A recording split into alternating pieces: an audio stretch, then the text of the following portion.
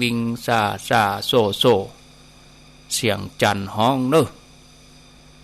สะเตือนยามเจ้าก็ได้ยินเสียงนกกลางเขนดงนกป่อเฮยห้องแม่เจ้านี่ห้องดังสนั่นเดี๋ยวนี้จันห้องก็ได้แห่งบรรยากาศหนึ่งมาปะกันในรายการสารธรรมยามแรงวันนี้วันพัดตามปกติแล้วก็จะได้ฟังท่านพระครูสถาพรพัฒนรังสีก็ดี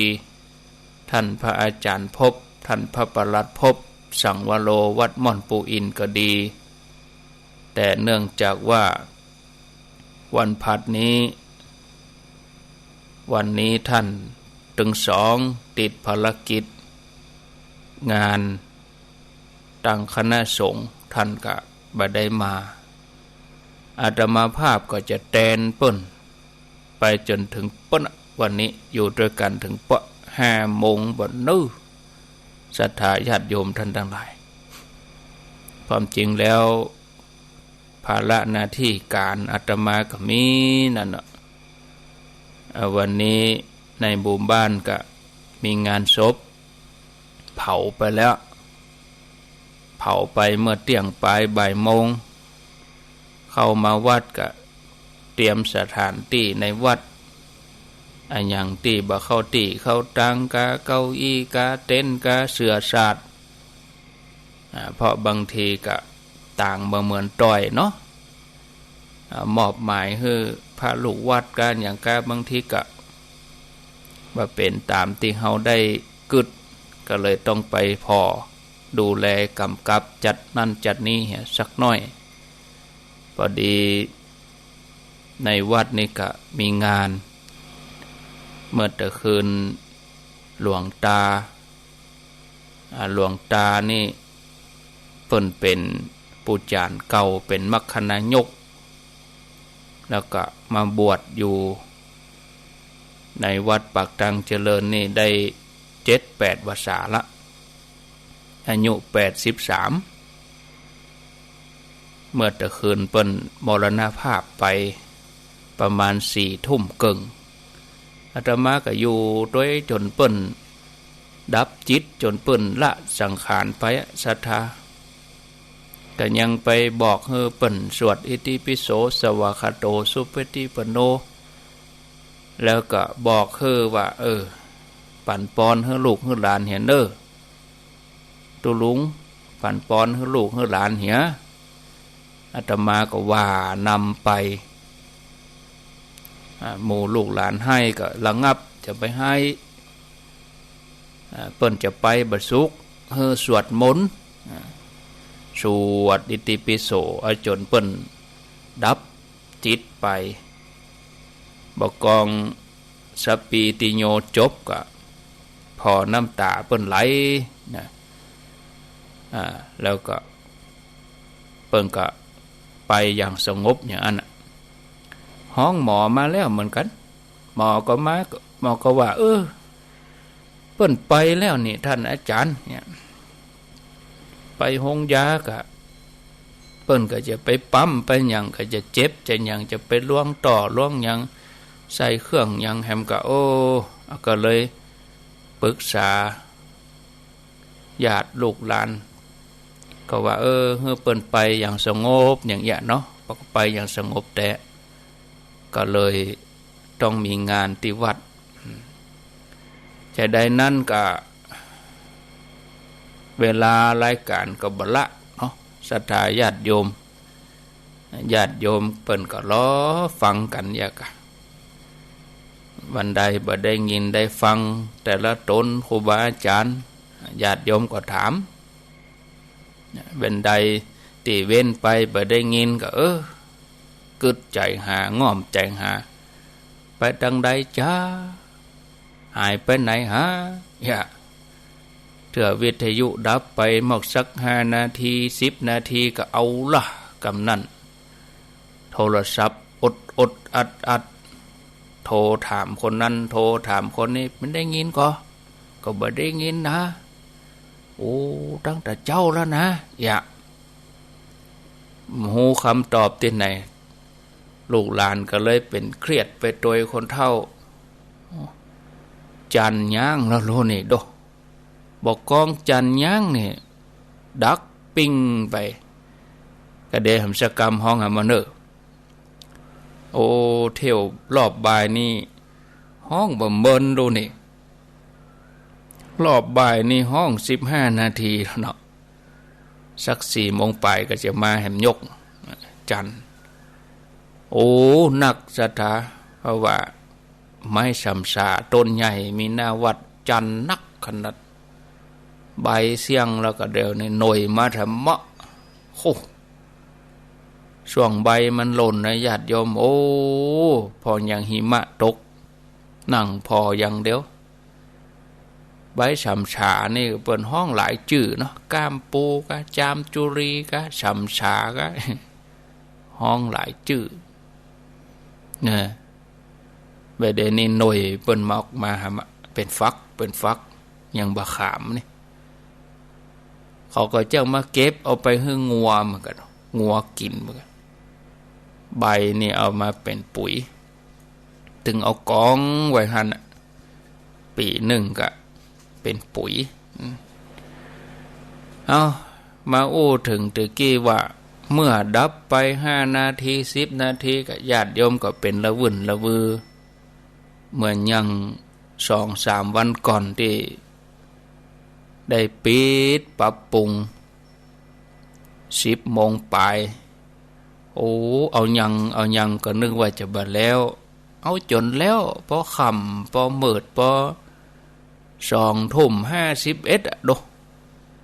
ได้ลงดอยสุเทพมาพอมืดเปิ้นเพราะว่ามีคนนักท่องเที่ยวก็บ่มีรีบก็เป่งลึงหมดแล้วเอาญาติโยมก็เอาล่ะกำนั้นคนที่เปิ้นบ่ฮู้ว่าเปิ้นปิดสถานีก็โทรศัพท์สายปอฮ้อนบ่ฮู้คำไหนก็โทรหาพอสถานีโทรหาท่านนั่นท่านนี้ครูบาอาจารย์เปิ้นก็เปิ้นปิดนะถึงจะฮู้คำตอบคนเฒ่าเพราะว่าเปิ้นเคยฟังเวลานั้นเป็นแฟนรายการแต่ละตนเคยฟังเที่ยงไปเคยฟังบ่ายโมงเคยฟัง2 โมงเนี่ยเมื่อบ่ได้ยินแล้วก็เอาละกำนั้นละวุ่นละวือขนาดเฮาฮู้ก่อนนะเฮาฮู้ก่อนว่าจะปิดอีนะแต่เฮาก็ลืมอยู่ว่าเฮาลืมลูกเปิ้นปิดคนที่เปิ้นบ่เคยบ่ได้ฟังวันที่บอกก็บ่ฮู้คำตอบก็เลยเป็นละวุ่นละวือนั่นขนาดว่าปิดวันเดียวนะแล้วก็ฮู้ล่วงหน้าด้วยนะอันเนี้ยญาติโยมทั้งหลายเฮาก็มาพอที่ความรู้สึกของเฮาทุกคนชีวิตคนเฮานี่มันก็เหมือนละครนะญาติโยมทั้งหลายต่างคนกับเฮาพอประเทศนี้ก็ใส่หน้ากากเข้าหากันใส่หน้ากากโดยการปฏิบัติด้วยนะแต่แถมความหมายหนึ่งก็คือหน้ายังใจยังเนาะถ้าเราจะเปรียบชีวิตเหมือนละครก็คือคนทั้งโลกนี่ก็แบ่งได้เป็น3 กลุ่มชัดเจนมีพระเอกมีนางเอกมีผู้ร้ายมีนางร้ายก็คือตัวอิจฉาเนี่ยละครถ้ามีตัวอิจฉานี่มันก็บ่ม่วนนางเอกก็จะไปเด่นขึ้นมาเนี่ยอย่าง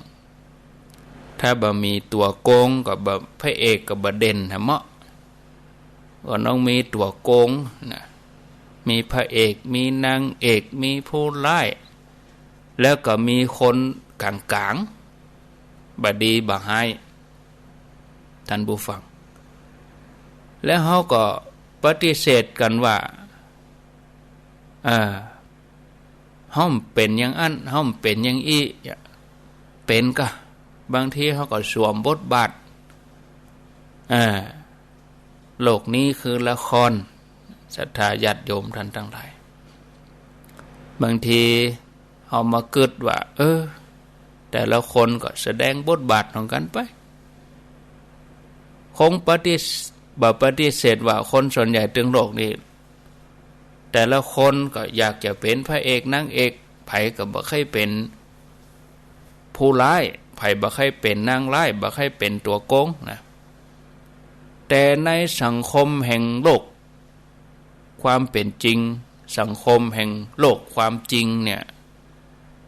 เป็นจะได้ถึงมีตัวโกงเป็นจะได้ถึงมีตัวอิจฉาเป็นจะได้ถึงมีผู้ร้ายมีนางร้ายเต็มเมืองเนาะพระเอกนางเอกนี่เหลือน้อยไปทุกทีแม่นก็ศรัทธาญาติโยมท่านทั้งหลายปรากฏการสังคมที่เฮาหันกันเป็นประจำก็คือคนดีอย่างมาโดนทำร้ายคนดีเนี่ยอย่างมาโดนทำลายคนดีอย่างบ่ได้รับการยกย่องเนี่ยอันนี้ความเป็นจริงเป็นอย่างนี้แม้แต่ในที่ชุมชนก็ญาติโยมทั้งหลายยังแน่นอนถ้าเป็นฉากในละครก็จะมีพระเอกออกมาช่วยกะนั่นก็พระเอกขี่ม้าขาวก็จะมีพระเอกมาช่วยเหลือพลเมืองดีถึงเวลาตกทุกข์ได้ยากหยิบยื่น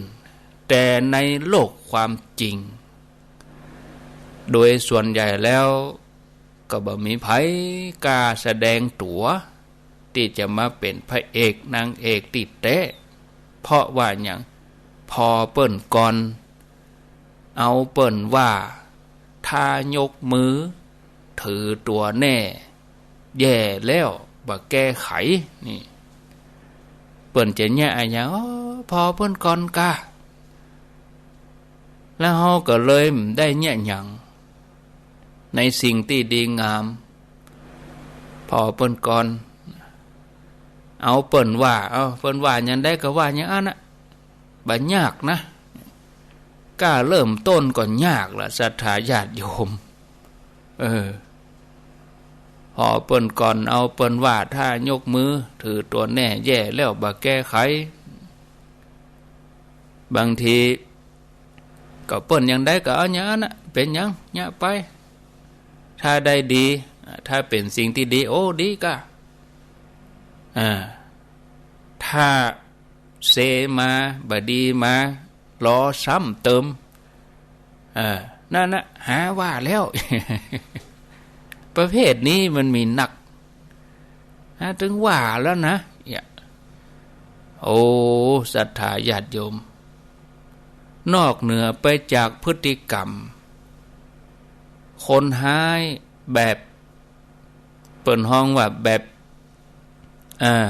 ดังเดิมที่ปรากฏออกมาฮือหันเป็นประจำในโลกความเป็นจริงศรัทธาญาติโยมถึงวันนี้เขาก็น่าสังเกตว่ามีผู้ร้ายประเภทที่บ่เคยเคยหันมาก่อนก็แสดงตัวออกมากำน้อยเนาะอย่างกับคนที่มีความรู้เป็นแถวระดับผอ.ปุ่นยังไปปล้นร้านทองเป็นแถวผู้ช่วยป้อหลวงก็ยังฆ่าแม่มึงเขาหันข่าวออกมาเนี่ยศรัทธาญาติโยมสลดใจบางทีเขามาพอหน้าตาก็เหมือนจะภูมิฐานนะมีฐานะแต่แสดงกิริยาออกมาบอกว่ากรรมบอกว่าพฤติกรรมบ่เกรงกลัวอันยังบ่เกรงใจบ่ละอายใจบอกสีดำว่าเป็นขาว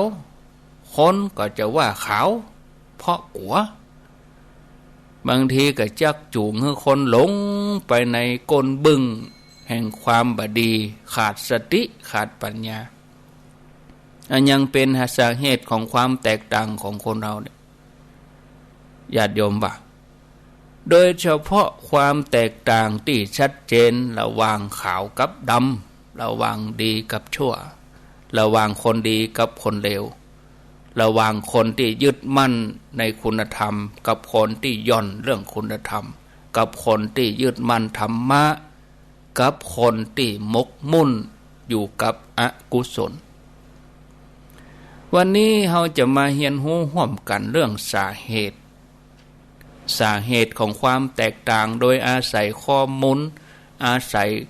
การพิจารณาอาศัยบอกว่าจะด้านโลกด้านธรรมบอกว่าด้านวิทยาศาสตร์ด้านพุทธศาสตร์เราเอามารวมกันแล้วก็สรุปพอที่จะนำมาเล่าสู่ท่านผู้ฟังทั้งหลายในเวลาที่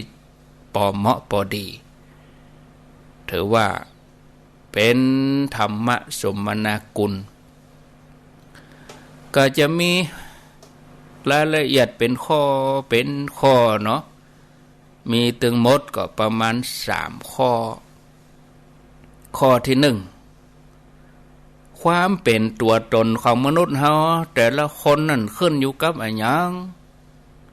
เนี่ยขึ้นอยู่กับอะไรอย่างแล้วอันที่2ความเปลี่ยนแปลงความเชื่อเรื่องกฎแห่งกรรม3ที่สุดแห่งสาเหตุความแตกต่างของคนเฮาในแต่ละบทบาทอันที่1ความเป็นตัวตนของมนุษย์เฮาแต่ละคนนั่นขึ้นอยู่กับอะไรอย่างญาติโยมทั้งหลายขึ้นอยู่กับชาติกำเนิดกะขึ้นอยู่กับการอบรมสั่งสอนขึ้นอยู่กับยีนถ้าทางวิทยาศาสตร์เปิดกับห้องว่ายีนโครโมโซมกรรมเก่ากะจิตสำนึกกะสามัญสำนึกกะสภาพแวดล้อมกะที่มีส่วนทำให้ความเป็นตัวตนของคนเฮานั้นแตกต่างกันเหมือนจะเคยให้ฟังแล้วว่าคนเฮาเนี่ยโดยทั่วไปมนุษย์บอกว่าปลอดใจไม่นิ่งบอกว่าเราอ่อนคนใหญ่จะมีสัญชาตญาณสัตว์ทั้งหลายก็มีสัญชาตญาณมนุษย์หรือว่าคนเฮานี่ก็มีสัญชาตญาณคำว่าสัญชาตญาณคือเปิ้นจะเกิดขึ้นโดยอัตโนมัติหนาวสัญชาตญาณก็ต้องเสาะผ้ามาห่มเสาะเสื้อมาใส่ต้องหิ่งไฟต้องอาบน้ำอุ่นสัญชาตญาณของความเป็นมนุษย์เกิดขึ้นโดยอัตโนมัติฮ้อนก็ต้องเสาะพัดลมมาเป่าอยู่ห้องแอร์อาบน้ำอันนี้เสาะตีลบตีบังอันนี้โดยสัญชาตญาณหิวก็เสาะกินอันนี้คือสัญชาตญาณเป็นไปตามวัยง่ายคือกินกามเกียรตินั่นนะกินแล้วก็อิ่มแล้วก็นอนแล้วก็สืบพันธุ์ขยายพันธุ์แล้วก็แก่ตายเท่าไปอันนี้คือโดยสัญชาตญาณหูไผ่ต้องไปบอกไปอย่างคือเฮียนหูโดยสัญชาตญาณกลัวภัยอย่างเขากลัวโลกประเดี๋ยวเนี่ยโดยสัญชาตญาณมนุษย์เขาก็กลัวตายกลัวอยู่แล้วโดยสัญชาตญาณบางทีสัญชาตญาณนั่นมีเหมือนกันมีหมดแต่ว่าที่ขาดคือสามัญสำนึกคือจิตสำนึกสัญชาตญาณของมนุษย์หิวกินเอาง่ายๆไม่ต้องเอาไก่ขี่รถไปจอดร้านสะดวกซื้อหิวซื้อเครื่องดื่มซื้อลิโพชื่อสลามซื้อสปอนเซอร์ซื้อกาแฟอันอย่างต่างๆกินเสร็จเรียบร้อยโดยสัญชาตญาณคือต้องการจะกินน้ำเครื่องดื่มชนิดนั้นชนิดนี้กินแล้วจิตสำนึกมีก่อมันเหมือนหมีเปิดหน้าต่างขว้างออกนอกคันแล้วเหี้ยเบอะแ ต็มข้างถนนโดย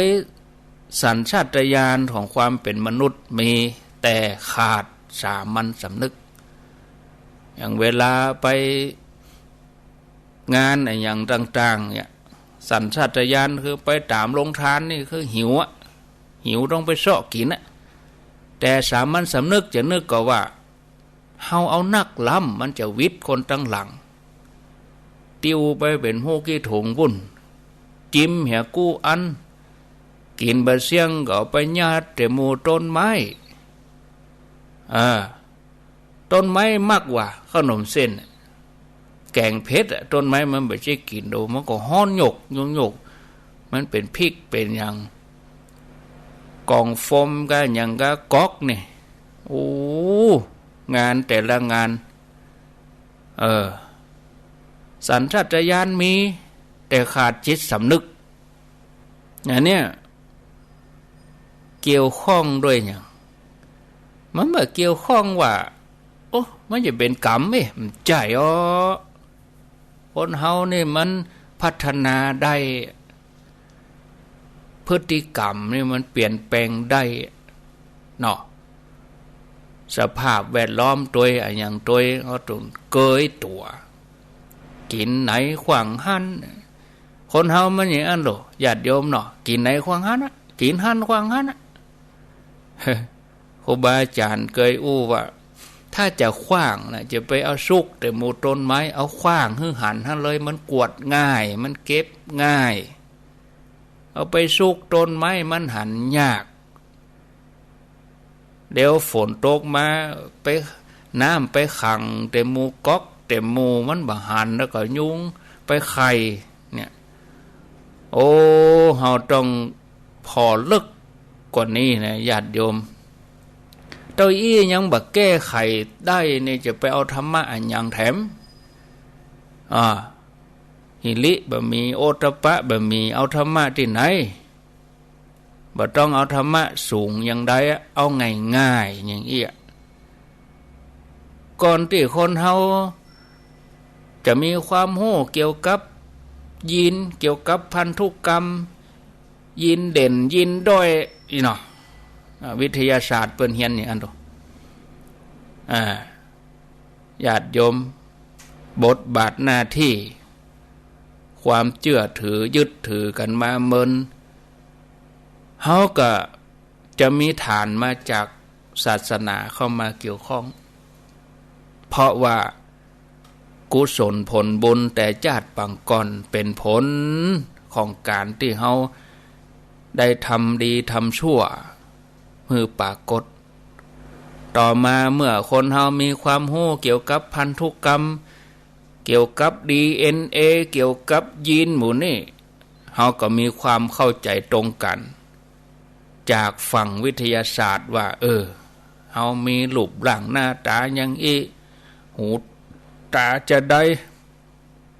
ปากอย่างใดหูดังอย่างใดตาอย่างใดลักษณะอันนี้ปนห้องว่าทางกายภาพของแต่ละคนอันนี้ขึ้นอยู่กับพันธุกรรมขึ้นอยู่กับ DNA ขึ้นอยู่กับยีน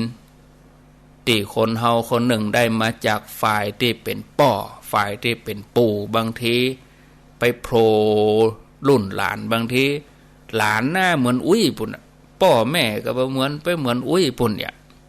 ก็เลยมีความเชื่อว่าอุ้ยมาเกิดนะก็เลยฮักกันฮักหลานเชื่อว่าแม่อุ้ยมาเกิดแต่จริงนี่ DNA เปิ้นข้ามรุ่นไปเลยยีนเปิ้นข้ามอันเนี้ยญาติโยมแต่ว่าอุปนิสัยใจคอพฤติกรรมก็เป็นเรื่องที่เฮาถกเถียงกันมาตลอดว่าขึ้นอยู่กับ DNA ขึ้นอยู่กับยีนก็ว่าขึ้นอยู่กับการอบรมนิสัยใจคอเนี่ยขึ้นอยู่กับสภาพแวดล้อมสิ่งแวดล้อมในการหล่อเลี้ยงในการเจริญเติบโตเคยมีความเข้าใจในบางครั้งในอดีตว่าความเป็นตัวตนของมนุษย์ซึ่งก็คือส่วนหนึ่งของความแตกต่างของมนุษย์เฮาขึ้นอยู่กับ พันธุกรรมนี่ประมาณ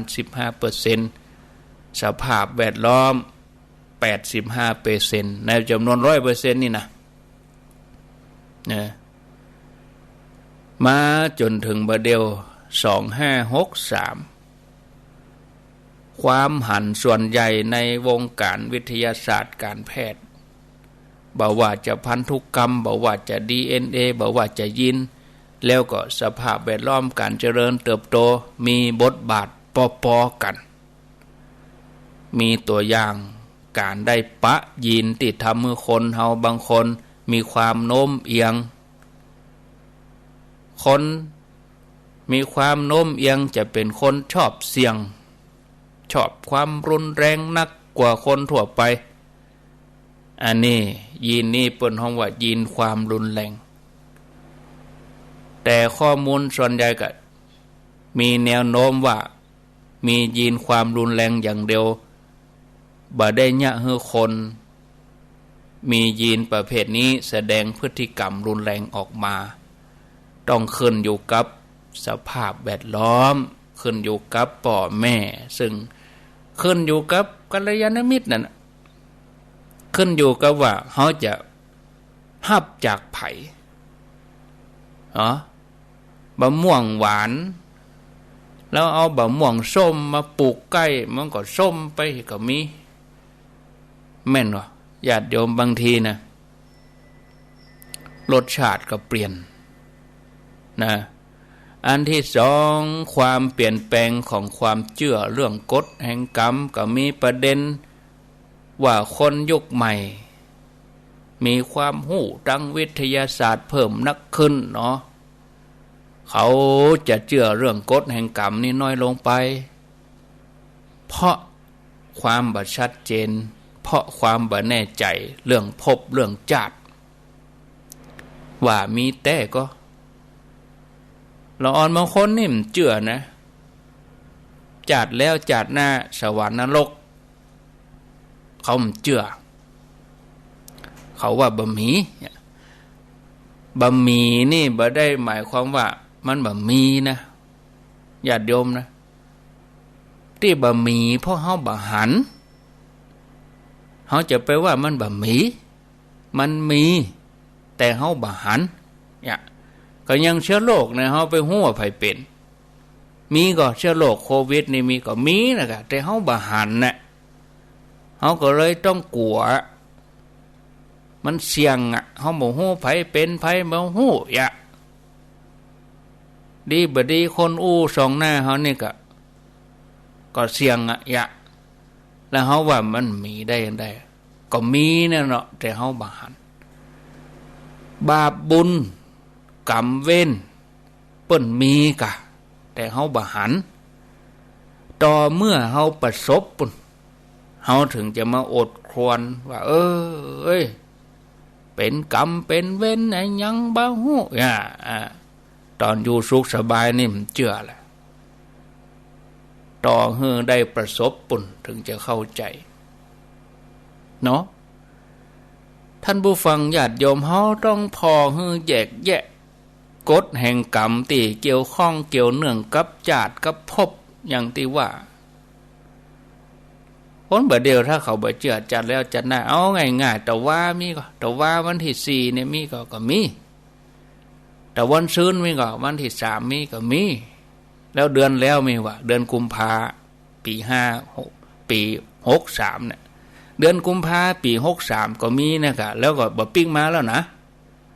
บ่ปิ๊กมาแล้วจากเลยกุมภา53เนี่ยเอาก็บ่ได้หันแหมซ้ำปีหน้าก็เป็นกุมภา64ไม่ใช่53 63แล้ววันพวกนี้จะมีก็มีนะเนาะวันที่6ก็จะมีวันที่7ก็จะมีแล้วเดือนหน้ามีก็เดือนปีใหม่เมืองนี่จะมีก็มีนะและยังจะบ่เชื่อว่าพบนี้พบหน้าจัดแล้วจัดก่อนแล้วบางคนก็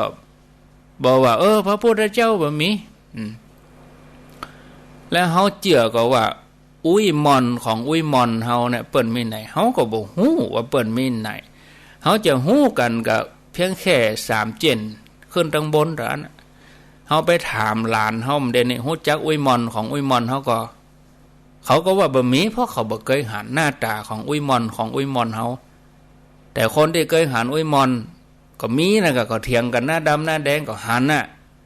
แต่หลานเลนเขาบ่หันน่ะยิ่งบ่มีรูปถ่ายซ้ำให้บางทีมีรูปถ่ายตั้งอยู่ทนโทษอันเนี้ยอุ้ยมอนของอุ้ยมอนเนอะเขาก็ย่ำเจือเด้อพ่อเขาได้อยู่เพียงแต่ว่าอยู่กับอุ้ยกับปู่กับย่ากับตากับยายเจนนี้เต่าอั้นแม่นบ่เจนก่อนนะเขาบ่หันน่ะแล้วเขาก็เลยว่าบ่มีกุศลอกุศลบาปบุญคุณโทษมี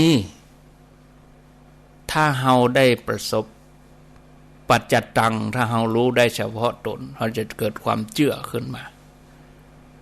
เหมือนความหนาวความเย็นเหมือนความร้อนเนี่ยเปิ้นต้องใจเครื่องมือวัดเย็นต่อใดอุณหภูมินี่ร้อนต่อใดอุณหภูมินี่ต้องมีเครื่องมือวัดแล้วบาปบุญคุณโทษนี่กฎแห่งกรรมนี่เอาอย่างมาวัดศรัทธาญาติโยมแล้วเขาจะไปว่าบ่มีก็มีเนี่ยเขาไม่ได้ประสบเตื้อเขาต้องแยกแยะญาติโยมที่เกี่ยวเรื่องกับจาตุภพมันก็ต้องมีจาตุมีชรามีมรณะมันก็เวียนกันไปอย่างเงี้ยชาติปิทุกขาชราปิทุกขามรณะปิทุกขังการเกิดเมื่อมีภพมีจัดเป็นได้ถึงต้องมาเกิดก็เพราะตัวตัณหาเป็นตัณหานี่เป็นตัวทำให้เฮามาเกิดเพราะเฮาอยากจะเกิดเอาง่ายๆอย่างญาติโยมเขาฟังรายการผาธนาเนี่ยโอ้จัดหน้าของเฮาเกิดได้มาลอยของเฮาได้เกิดรวยของเฮาเกิดมาสวยเฮาหล่อกับยังจะอยากมาเกิดอยู่นี่กา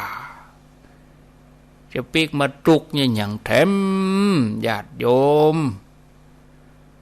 เปิ่นยังใครป่นมันจะตายเนี่ยก็เนี่ยโรคภัยไข้เจ็บก็ต้องหนีกันหัวซุกหัวซนเนี่ยไปต่างประเทศก็บ่ได้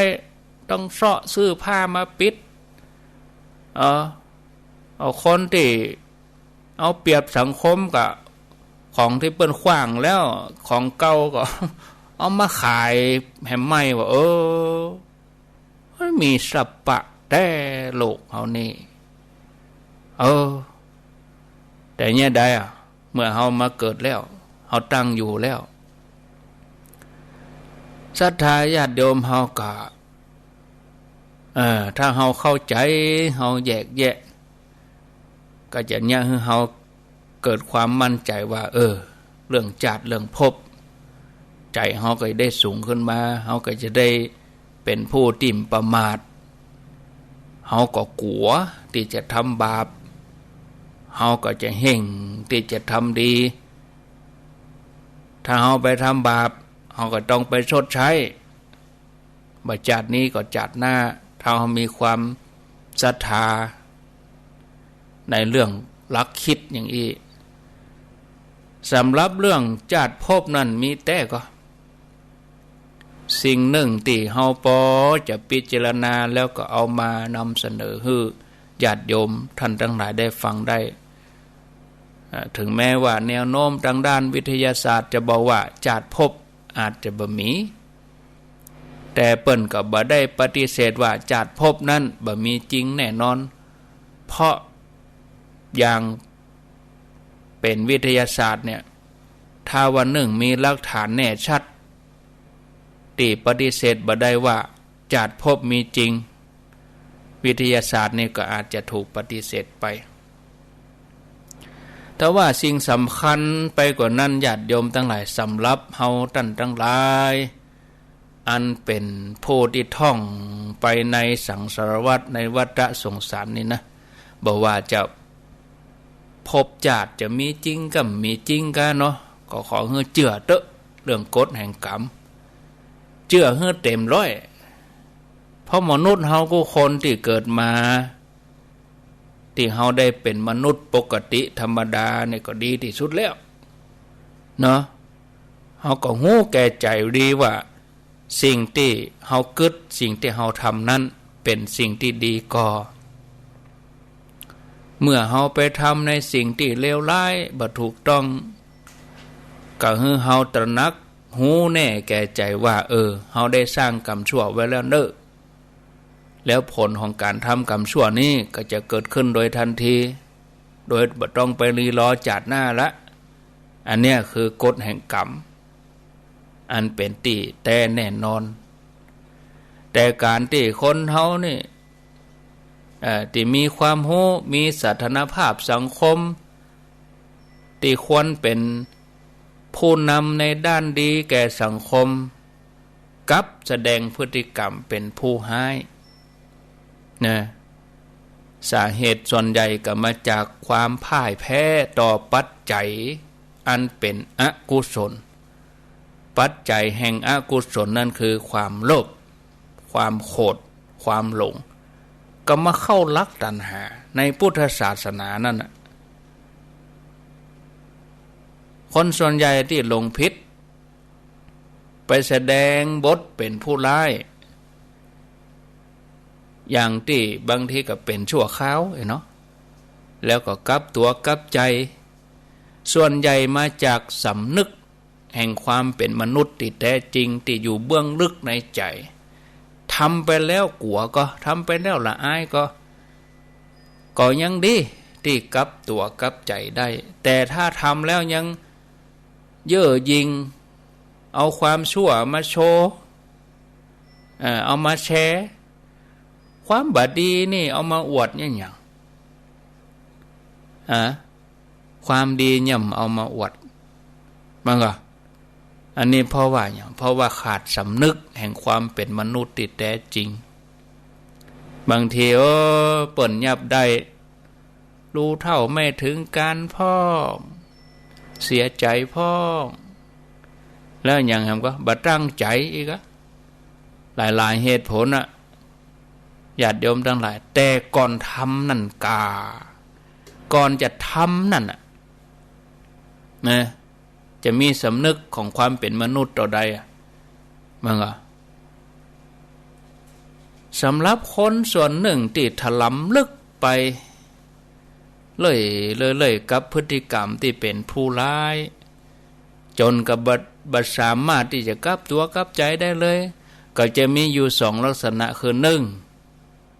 หูแก่ใจดีว่าได้เลือกบทบาทของตัวเองคือบทผู้ร้ายเสร็จแล้วแต่ก็บ่ยอมกลับตัวกลับใจเพราะมั่นใจว่าจะเป็นผู้ร้ายที่บ่มีภัยมาจัดการตัวเก่าได้แล้วก็สองบ่ฮู้ตัวว่าตัวเก่าได้เลือกทางผิดเสียแล้วเดินทางผิดเสร็จแล้วที่เลือกเดินทางผิดก็เพราะว่าเป็นมิจฉาทิฏฐิเพราะกึดผิดก็เลยเดินทางผิดนะอันที่สามที่สุดแห่งสาเหตุความแตกต่างของคนเฮาในบทบาทพระเอกกาผู้ร้ายกาบ่ใจเป็นเพราะพันธุกรรมบ่ใจเป็นเพราะยีนบ่ใจเป็นเพราะเรื่องเชื้อชาติขอโทษนะโยมนะเคยมีเหมือนกันเวลาเขาถามอันนี้มันเชื้อแม่นะอันนี้เชื้อพ่อนะบางทีพ่อแม่ดีแต่ลูกออกมาไม่ดีบางทีพ่อแม่ก็บ่ใช่อย่างลูกออกมาดีแต่ดีว่าอาตมาว่าอยู่ที่สามัญสำนึกแล้วก็สภาพแวดล้อมของสังคมตัวจะเป็นสังคมที่เข้มแข็งก็ว่าจะเป็นสังคมที่อ่อนแอในเรื่องของคุณค่าของคุณธรรมความถูกต้องดีงามถ้าสังคมเข้มแข็งเป็นสังคมที่พร้อมจะเชิดชูความดีงามสังคมที่อุดมด้วยคุณธรรมสังคมที่บ่ยกย่องความชั่วร้ายอันเนี้ยแน่นอนผู้ร้ายนางร้ายก็ยังจะมีอยู่ก่อท่านผู้ฟังว่าผู้ร้ายนางร้ายก็ต้องบ่มีบทบาทล่ะแต่ถ้าสังคมนั้นยังชื่นชอบในเรื่องความถูกต้อง ผู้ร้ายนางร้ายก็มีบทบาทหนักขึ้นเมื่อมีบทบาทหนักขึ้นก็ไปทำร้ายสังคมนะศรัทธาญาติโยมนี่เฮามาร่วมกันพิจารณาธรรมะถึง3ข้อที่อาตมาภาพได้นำมาอู้ให้ศรัทธาญาติโยมทั้งหลายได้ฟังไผต่อไผก็ที่ฟังอยู่ก็ดีบางท่านก็อาจจะเกิดตัวได้บางท่านอาจจะฟังไปผ่านๆโอ้บ่ม่วนท่านอาจารย์โอ้ธรรมะมันนักล่ำมาโอ้ญาติโยมอันเนี้ยง่ายที่สุดแล้วไผต่อไผก็ปรารถนาจะมีชีวิตที่ดีแม่นก็ตัวญาติโยมเองทั้งหลายทุกคนนะแต่อันยังคือความหมายของชีวิตที่ดีบางทีก็เป็นเรื่องที่ยากนะในพระพุทธศาสนานี่เปิ้นก็มีวิธีที่จะกำหนดว่าชีวิตที่ดีนั่นอย่างใดอันนั้นก็คือการกำหนดเป้าหมายที่ดีก่อนกำหนดเป้าหมายที่ดีให้กับชีวิตเฮาเมื่อชีวิตเฮาบรรลุถึงเป้าหมายที่ดีแล้วก็เท่ากับว่าคนคนหนึ่งได้ถึงชีวิตที่ดีอันยังคือเป้าหมายของชีวิตที่ดีพ่อแม่ศรัทธาญาติโยมอันยังคือเป้าหมายชีวิตที่ดีเพื่อที่จะมีชีวิตที่ดีตามแนวพระพุทธศาสนาพระองค์ได้ทรงตรัสสอนไว้ว่าชีวิตที่ดีต้องมีเป้าหมายอย่างน้อย1ระดับนะ1ระดับนั่นคือหยังอันนี้มีโทรมาก็เดียวก็มาอธิบายต่อโยมโทรเจริญพรว่าจะได้เจริญพรเจริญพรถ้าจะโทรมาแล้วบ่อู้แล้วก็โทรมาแล้วก็เอาโทรศัพท์จูวิทยุอย่างอีกก็ยังบ่ต้องโทรเนอะบ่ต้องโทรเตื้อว่าจะไปรบกวนเตื้อกาเป็นเครื่องบินนี่กำลังขึ้นกำลังพับล้อนะถ้าเปิดสายถ้าบอกว่าวางสายแล้วเนอบอกเบอร์โทรเนออันนั้นก็กดมานะจะไปเอามาเล่นเตื้อโทรศัพท์ใจเย็นๆสะจะเอาโทรศัพท์มาเขว่มาหยาดเอาไปต่ำเข้าใส่โทรไปกะโทรย้อนไปกะกดวางเหี้ยนี่บ่มีความผิดอย่างนะแต่ว่าอาตมาใครฮู้บ่ได้ว่าโยมใครอู้อันหยังใครถามอันหยังก็เดี๋ยวจะลองโทรย้อนไปเนาะถ้าโทรย้อนไปก็ช่วยอู้หน่อยเน้ออาตมาก็เหมือนโยมใครอู้กับอาตมานะอาตมาก็ใครอู้กับโยมเจริญพรเจริญพรเจริญพรอันนี้อาตมาถือว่าเบอร์นี้เป็นเบอร์ก่อกวนบ่ใช่เป็นเบอร์มาตังดีละมันได้อย่างขึ้นมาโยมเฮ้ยโทรย้อนไปแล้วก็บ่อู้ไม่ใช่สาระถ้าว่าบ่อยากฟังก็ปิดเถียถ้าฟังแล้วมันต่ำใจตึกให้นะอาตมาว่าธรรมะได้ผลแต่ถ้าฟังผ่านบ่ได้แก้พฤติกรรมอย่างเฮาเห็นเลยนี่บ่ได้ผลนะก็บ่ฮู้เนาะโดยอย่างใดบ่ฮู้ก็เปิ้นนะก็ว่ากันไปสบายใจก็ทำไปเถอะอาตมาบอกว่าหยังเอามาว่าธรรมะเฮาต่ออันยังคือเป้าหมายของชีวิตที่ดีตามแนวทางของพระพุทธศาสนาพระพุทธเจ้าตรัสว่าชีวิตที่ดีต้องมีเป้าหมายอย่างน้อย1ระดับญาติโยมเนอะญาติโยมลองฮื้อระดับตัวเก่าพอ เป้าหมายของชีวิตที่ดีในปัจจุบันคือระดับที่หันด้วยตาเป้าหมายของชีวิตที่ดีในอนาคตในระดับที่เลยตาหันนั่น3เป้าหมายของชีวิตที่ดีชั้นสูงสุดคือระดับการมีชีวิตที่สมบูรณ์เป้าหมายของชีวิตที่ดีในปัจจุบันเปิ้นก็มีส่วนประกอบการมีชีวิตที่ดีในปัจจุบันหมายถึงการมีชีวิตที่ดีในระดับที่สามารถพอหันอันอย่างด้วยตาเปล่าซึ่งเป็นเรื่องภายนอกทั่วไปในชีวิตประจำวันของเฮานะการมีตัวตนอยู่ในสังคมก็มีอยู่4มาตรฐานเนาะมาตรฐานที่1มีสุขภาพดีร่างกายแข็งแรงบ่มีโรคภัยไข้เจ็บอายุยืนเอาปรารถนาอย่างนี้เนาะ2มีการมีงานมีหน้ามีตาทั้งสังคมอาชีพสุจริตเปิ่งตัวเองได้ในทางเศรษฐกิจ3มีสถานภาพที่ดีเป็นที่ยอมรับนับถือในสังคม4มีครอบครัวที่อบอุ่นวงตระกูลมั่นคงเป็นที่นับถือของคนทั้งหลายเนี่ยเป้าหมายของชีวิตในอนาคตเปิ้นก็มีส่วนประกอบของการมีชีวิตที่ดีในอนาคตนี่ก็หมายถึงการมีชีวิตที่ดีในระดับที่พอบหันด้วยตาเปล่า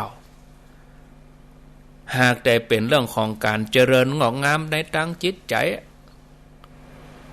ต้องใช้ปัญญาพิจารณาตัวนี้ถึงจะรู้ว่ามีความเจริญพัฒนานักน้อยต่อใดมี5มาตรฐานมาตรฐานที่1เมื่อเฮาเข้าสู่ธรรมะเมื่อเฮาฟังธรรมะเฮาฟังพระบอกว่าเมื่อเจ้าเมื่อตอนเมื่อแรงมาตรฐานที่1เฮามีความซาบซึ้งเฮามีความอบอุ่นเฮาบ่รู้สึกอ้างว้างเลื่อนลอยเฮามีหลักยึดของใจเฮาเข้มแข็งด้วยศรัทธาถามตัวเก่าว่าเฮามีมาตรฐานตัวนี้ก็ถ้าเฮามีเฮาได้ข้อหนึ่งละ2เฮามีความภูมิใจในชีวิตที่เฮาสะอาดคำว่าสะอาดคือเฮาไม่ได้ประกอบทุจริตบ่ว่าทั้งกายทั้งวาจาทั้งใจเฮาได้ประพฤติความสุจริตคือสุขภาพใจที่สะอาดมาตลอดทั้งวันอดีตแล้วไปอนาคตยังมาถึงปัจจุบันนี้เฮาก็ได้มาตรฐานที่2มาตรฐานที่3มีความอิ่มใจว่าเฮาเกิดมาชีวิตเฮามีค่าเฮาได้ทำประโยชน์เฮาได้มีน้ำใจเอื้อเฟื้อเผื่อแผ่เฮาได้เสียสละเฮาได้จาคะแบ่งปันเฮาก็จะได้ผ่านมาตรฐานที่3มาตรฐานที่4เฮามีความแก้วกล้ามั่นใจที่จะแก้ไขปัญหานำชีวิตภารกิจของเฮาผ่านพ้นไปด้วยปัญญาอันนี้คือมาตรฐานที่4มาตรฐานที่5เฮามีความโล่งใจเฮามีความมั่นใจเฮามีทุนแล้วเฮามีตื่นที่เฮาจะไปปะพบใหม่เฮาบ่เสียใจที่เฮาจะจากโลกนี้ไปที่จะย้ายไปอยู่พบใหม่ของเฮานั้นด้วยความมั่นใจว่าเฮาทำกรรมดีไว้นี่ญาติโยมมีครบ5มาตรฐานนี้ก็ถ้าครบ5มาตรฐานนี่นะเป็นเป้าหมายชีวิตที่ดีในอนาคตแล้วเป้าหมายชีวิตที่ดีสูงสุดหรอพ่อแม่ศรัทธาเปิ้นก็มีองค์ประกอบชีวิตที่ดีสูงสุดหมายถึงการมีชีวิตที่ดีในระดับที่สามารถอยู่ในโลกอย่างมีความสุขกายสุขใจมีภูมิคุ้มกันที่จะไปปะชีวิตถึงในยามปกติถึงในยามวิกฤตได้อย่างสงบร่มเย็นเป็นฝ่ายได้กำไรอยู่เสมอจนกระทั่งสูงสุดคือการมีชีวิตที่อิสระจากความทุกข์ทั้งหลายมีจิตที่มีความสงบอยู่ตลอด สามารถดำเนินชีวิตโดยปัญญาที่สะอาดสว่างสงบบริสุทธิ์มีอยู่4มาตรฐาน4มาตรฐานนี่ญาติโยมลองสำรวจตัวญาติโยมเองว่าได้กี่ข้อมาตรฐานที่1เมื่อถูกโลกธรรมกระทบปอจะเข้าใจก็ว่าโลกธรรมคืออย่าง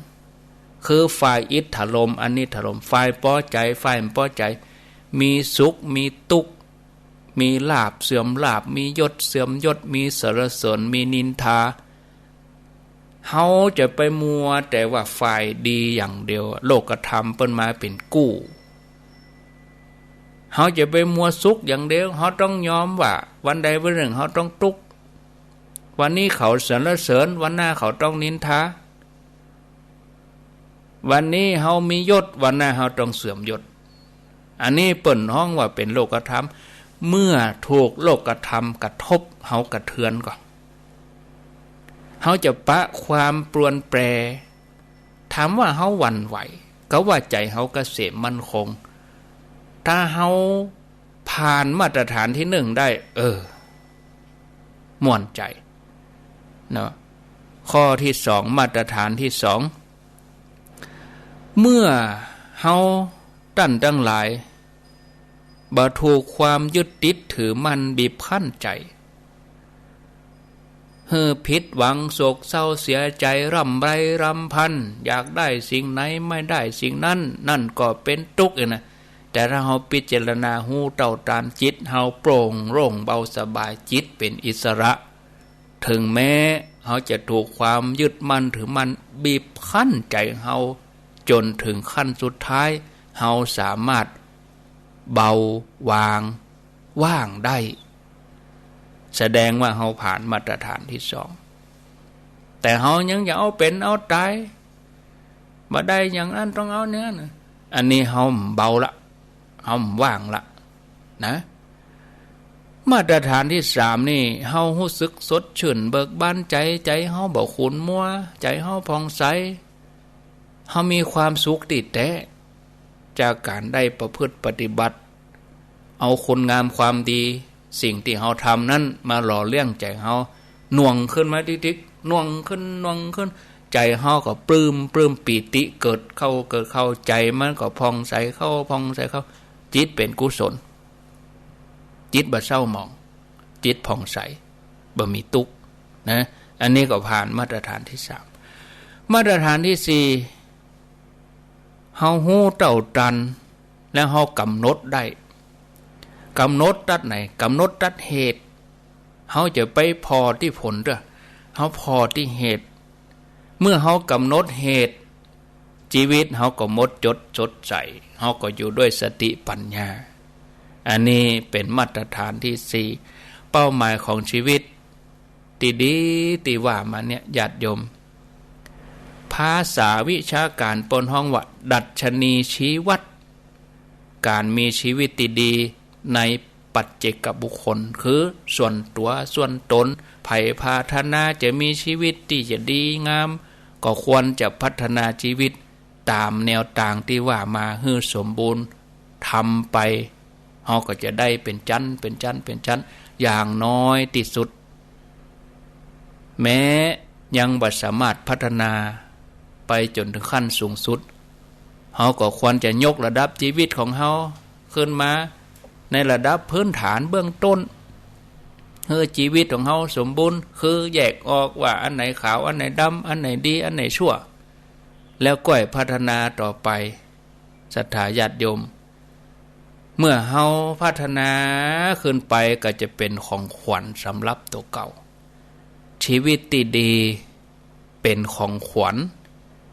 ที่บ่มีภัยสามารถหยิบยื่นให้เฮาได้ก็มีแต่ตัวเฮาตัวอันนะที่เฮาจะลองทำพิสูจน์แล้วก็มอบให้ตัวเองด้วยตัวเองเพื่อตัวเองเนาะพอเวลาแล้วก็1 ชั่วโมงพอดีที่ได้อุจาบรรยายมาก็ขออนุโมทนากับศรัทธาญาติโยมทั้งหลายอาตมาจะพัก แต่บ่ใช่ว่าภาคเสียงนะคือขั้นด้วยการเปิดสายให้ศรัทธาได้โทรมาบ่เหมือนเปิดหมอกสักประมาณ15 นาทีก็พอแล้ววันนี้วันพัดก็ได้แจ้งญาติโยมทั้งหลายว่าจะเอารายชื่อมาอ่านต้องขออภัยเนอะญาติโยมที่โอ้ท่านอาจารย์ท่านพระครูรายชื่ออ่านนักก็มันก็บ่มีสาระอย่างแน่ได้มันเหรอโยมเฮ้ยมันจำเป็นเปิ่นหอมมาเขาก็อ่านให้เปิ่นสบายใจยะอาตมาก็อ่านติดไหนแรงเดียวมันได้วันพัดบ่ได้แล้วก็เมื่อเจ้าก็วันจันทร์เมื่อเจ้าบ่ได้เนาะต้องขออภัยเนอะญาติโยมก่อนที่จะวางสายนี่ก็บอกรายละเอียดให้โยมเขาอย่าสักเล็กน้อยว่าตั้งใจจะทำอะไรอย่างตั้งใจจะปรับปรุงเนาะระบบออกอากาศอันนี้เฉพาะที่96นี่นะปรับปรุงระบบออกอากาศให้ดีขึ้นมาแถมน้อยเนี่ยเพราะว่าพออาการเครื่องทรงแล้วเนี่ยถ้าเป็นคนก็เกียมเข้าห้องผ่าตัดแล้วเพราะว่าพัดลมที่ดูดความเย็นนั่นลุไป2 ตัวลุไปเจลุบ่ได้ดับสนิทเลยดับสนิทเมื่อพัดลมบ่ได้ดูดความเย็นเข้าไป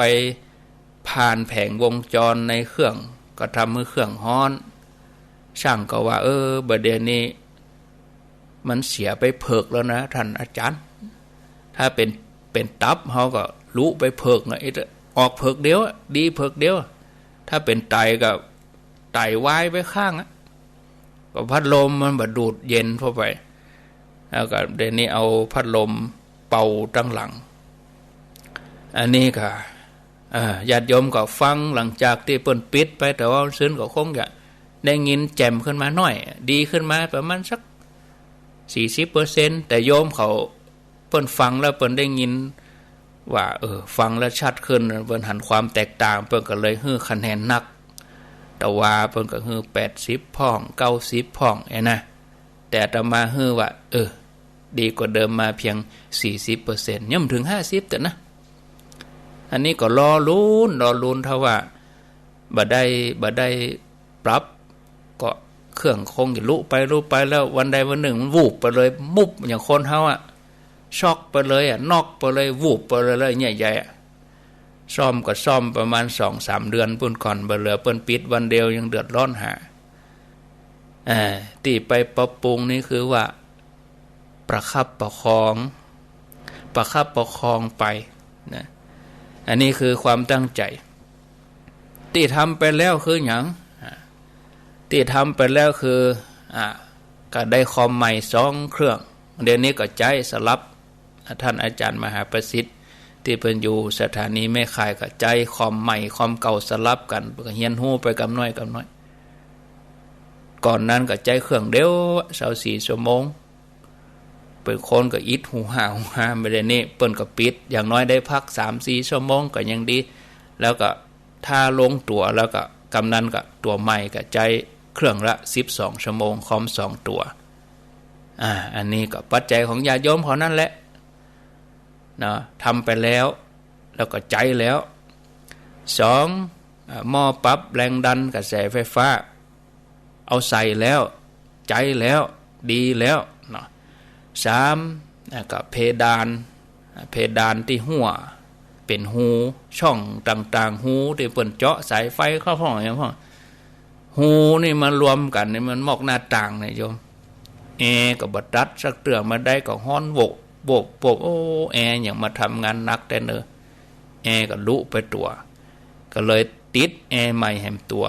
อุดหูหัวใส่เพดานให้ใหม่ลดเพดานลงมาดีแล้วเดี๋ยวนี้ก็ทำมือเครื่องส่งเย็นฉ่ำเนาะแล้วก็ปรับปรุง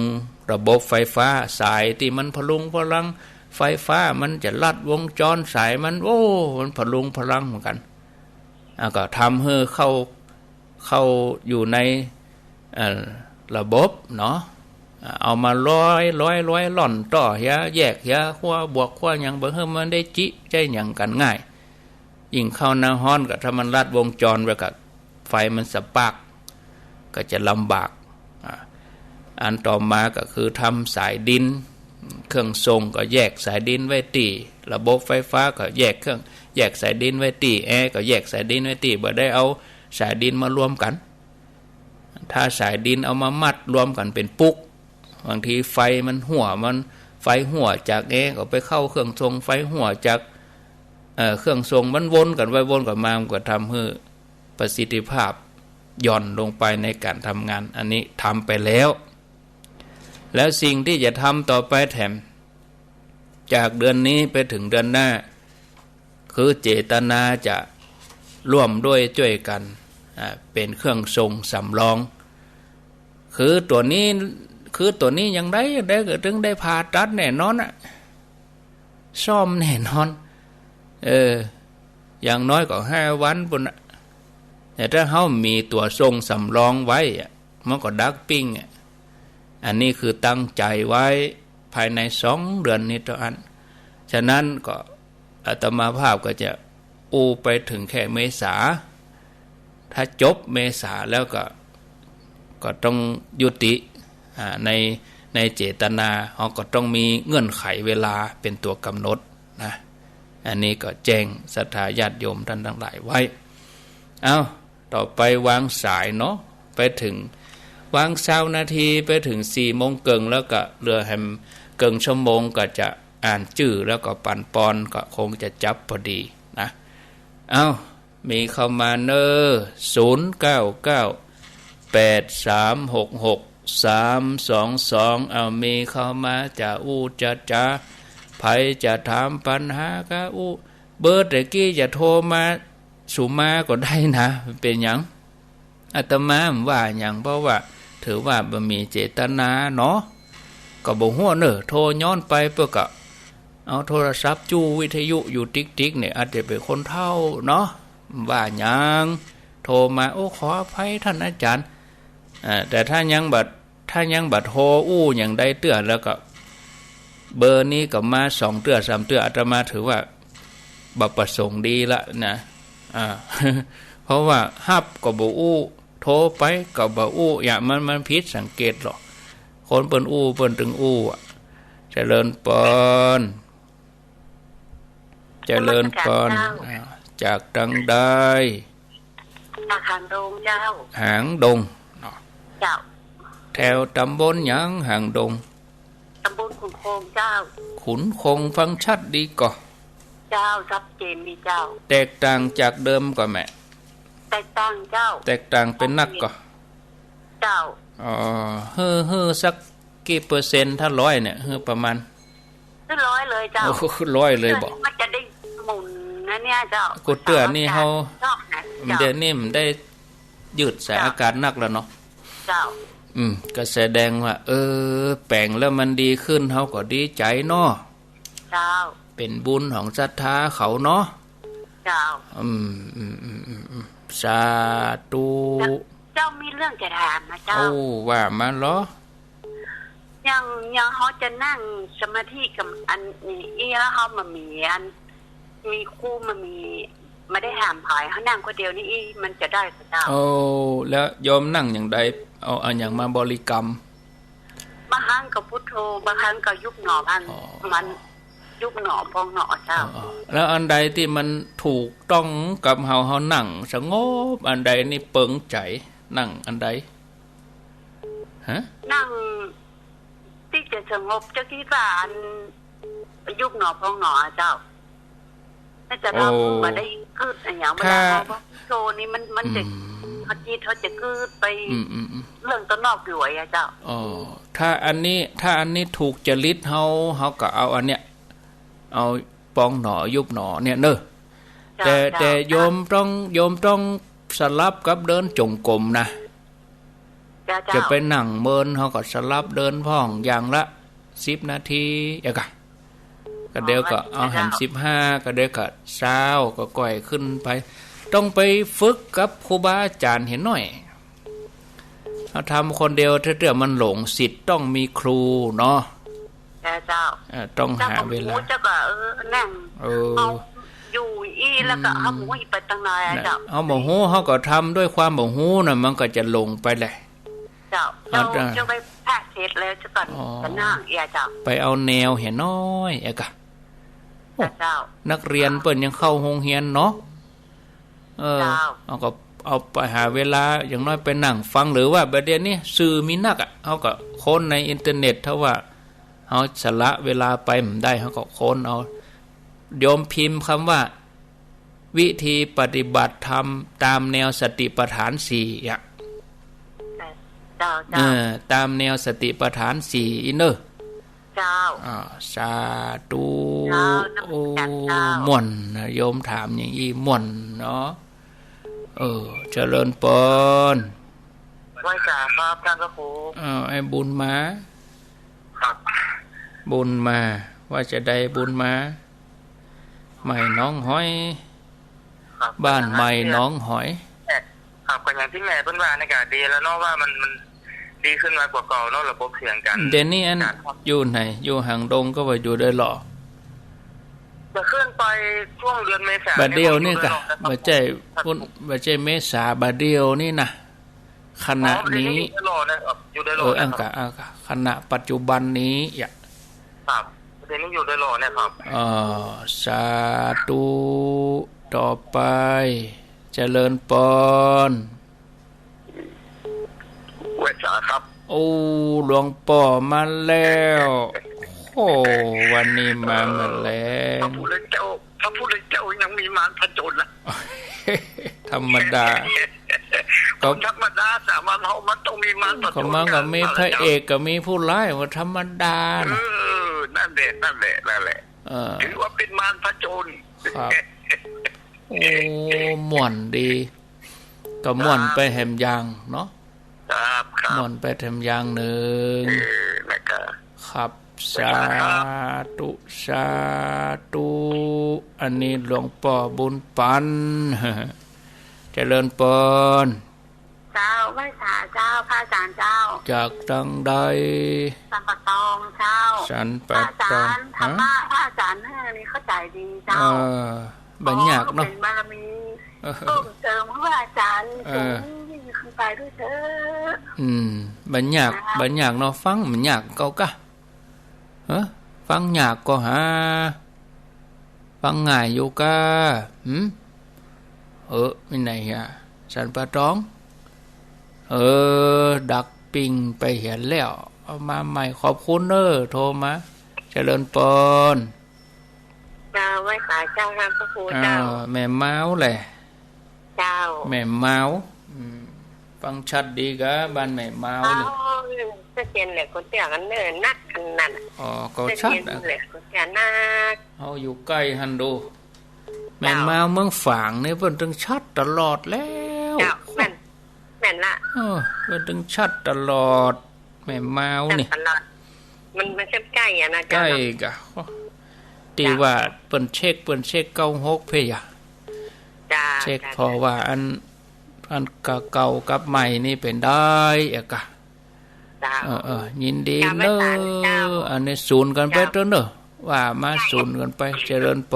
นไหว้สาเจ้าเลยพระครูว่ามาเลยแม่จันมันจึงมีเรื่องผู้ร้ายผู้ดีอย่างในละครนะ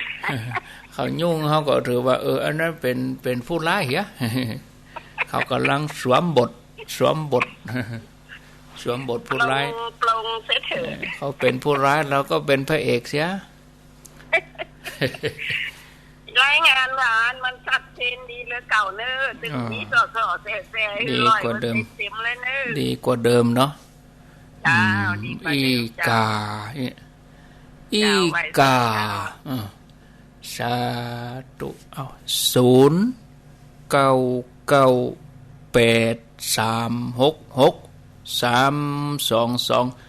16:18 น.เหลือเวลาถึง2 นาทีจะเป็นเวลา4 โมงเช้าหับสายก่อนเจริญปนไพศาลเจ้าจากตังใด โยมอยู่สายกับแป้งเจ้าอ๋อสันกำแพงอยู่เกณฑ์มากเจ้า80%เนาะอยู่ตำบลหยังนี่เจ้าสังคมเดียวมันอยู่ยากเนาะพระอาจารย์เนาะอย่าได้จำเป็นต้องอยู่คนถ้ามันมีธรรมะน่ะอยู่บ่ได้ละเจ้าจำเป็นต้องอยู่เนาะแล้วเดี๋ยวนี้เงียบไปกันแม่เสียงเงียบกะเจ้าอยู่บนห้องคนเดียวว่าอู้ถึงอ่ะใจ96เนี่ยเจ้าอยู่บนบ้านเจ้าเงียบปิ้งอ่ะเจ้าอยู่บ้านจัดสรรมันเงียบเจ้าเงียบเฮาถามว่าสถานี96เงียบก็มันใจว่าเสียงเงียบไม่ได้ไม่เดียวนี่ดังก็ดังกะเจ้าโยมเปิ้นว่าเสียงเงียบไปอีหรอเสียงหายชัดเจนเปิดอยู่เนี่ยเปิดอยู่กำลังจะปิดไม่เดียวนี่ตอนอู้โทรศัพท์โยมว่าเสียงเงียบอีนี้ชัดเจน 80% เดี๋ยวลองฟังพอเงียบแต่ก็เงียบนี่เฮาอยู่บ้านนี่อันเงียบแต่กะเดี๋ยวจะเปิดให้ฟังสาธุดีเจ้าแบบนั่นมาดับรู้เนาะเจ้าขอบคุณเด้อเจ้าอีกาบอกกันอีกาเงียบก็ยอมเสียงมาตะกี้เจริญปนวิทยุดับก็จากดังใดจากกันจารปีครับจารปีนี่ตำบลหยังตำบลชมพูครับผมชมพูเนาะครับแต่กี้ขึ้น96เปิ้นเงียบไปก็เงียบกะบ่เงียบแล้วครับต่อเนื่องเนาะครับวิทยุโยมไทยจะบดีอัน96ประเด็นนี้ก็มันดีเหลือก่อนหน่อยแจวขึ้นมานักก็เสียงนี่ตามกูเตือนเขาเตี้ยวกายก็หายไปใหญ่เดี๋ยวนี้เตี้ยวกายนี่เข้าอากาศละเตี้ยวกายสบายหน่อมเดี๋ยวนี้เนาะครับเตี้ยวกายสะไปครับต้องให้ผู้ฟังเป็นผู้ประเมินเนาะครับอย่าขอบคุณนะได้บอกคือกันดีแล้วเนอะที่บอกคือกันเจริญปนเจ้าจากดังได้จากแต่มันเนี่ยมาไกลเนาะไกลมาแจ๋วตลอดในเวียงนี่นะใช่นะเวียงนะฟังชัดแจ๋วฟังตลอดทุกบ่โทรก็อยากให้โทรจริงๆแล้วก็บ่อยากให้โทรก็เป็นหยังเป็นห่วงคนที่มันมาทีหลังมาเตอะมันเป็นหยังแม่ก้อยปลากล้วยสุพรรณไม่ใช่แม่ก้อยปลากล้วยสุพรรณเจ๊กะนานที่ไหนนี่แม่สีพันเนาะอภัยแม่สีพันร้องอยู่บนเตียงไม่ยังมาหายดีเลยเจ้ากำลังใจเน้อโมทนาสาธุอ้าวจะห้าไปถึง4 โมงเกิงเจริญปอนลงเล็งโยมกดแล้วก็โยมเป็นภาคสายก็เลยเอาดนตรีให้ฟัง0998366322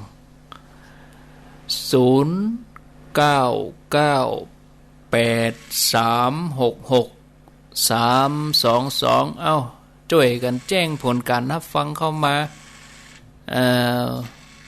ต่างจากก่อนนั่นก็ฟังกู้กันเนอะ104.5 ฝ่ายหินโตยแล้วก็เมืองฝาง 100.25 แม่แจ่มมนเสียงธรรม 106.25 เจริญปนแม่จากเจ้าท่านพระครูเจ้าจากดังใดแม่โทษนะจะได้วันไหวเนอะไม่ปีอย่างมันแล้วไปโลมีอย่าง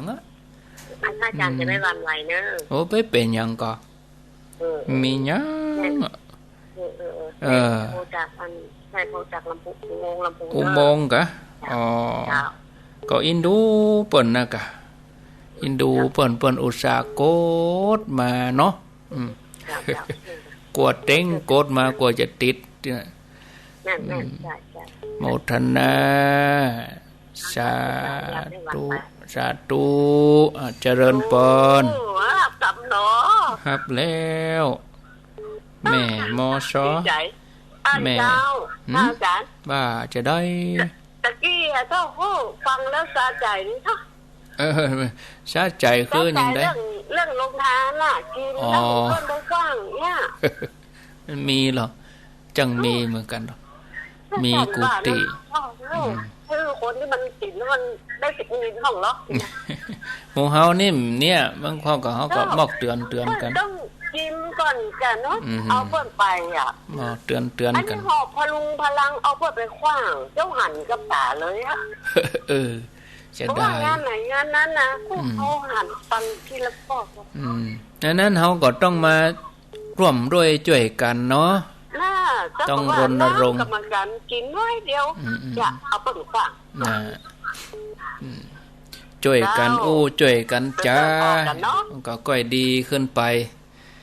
เราจะไปให้คนภายนอกว่าโอ้โบนี่เป็นขึ้นธรรมะแท้ๆกินลงทานเนี่ยเบ้อเฮียเบ้อน่ะกะนุ่งขาวบ่ได้อย่าสาธุเพิ่นจะไปให้เพิ่นได้ว่าเฮาว่าฟังธรรมะบ่ได้วิถีชีวิตเฮาก็จะต้องควบคู่กันไปโดยไปเจอว่าถึงเวลาแล้วเอาแล้วชุดขาวสนใจแล้วขอของกูได้ก่อนนี่ถ้าอย่างอี้นี่ตีพระเทศพระบรรยายไปก็มีประโยชน์หยังถ้าเฮาได้ปรับเปลี่ยนพฤติกรรมจะเตื้อพิธีเปิ้นยังบัดแล้วเตื้อสุนจะไปกินโรงทานแล้วลู่กันอดก็เปิ้นกำลังไหว้พระสวดมนต์เปิ้นกำลังเริ่มพิธีเพื่อคนที่เปิ้นร่วมพิธีเตียวออกมามีละหมดโรงทานหมดลึงเจริญปนเจริญปนติดแล้วมาแล้วติดแล้วเนอะจากตังใดบอยแห่งดงเนอครับฟังจากไหนในรถก็ว่าในโรงเรียนในบ้านฟังในรถนะครับจะไปตังใดหาลูกยาสุนออกแม่ครับครูบอยเนาะฟังชัดเจียวตั้งแต่ในเวียงมาแล้วกะครับตั้งแต่หงยายมาถึงแม่เฮียนี่ชัดเจียวเลยนะครับเจ้าเลยเนาะ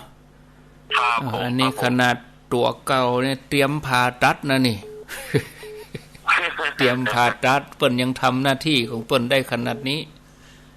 โอ้สาธุโมทนาเนอะครูบอยสลีต้นเหือดจากทางใดอาจารย์จากที่ไหนฮะไม่ลานบวกโคกเหนือเจ้าบวกโคกกะ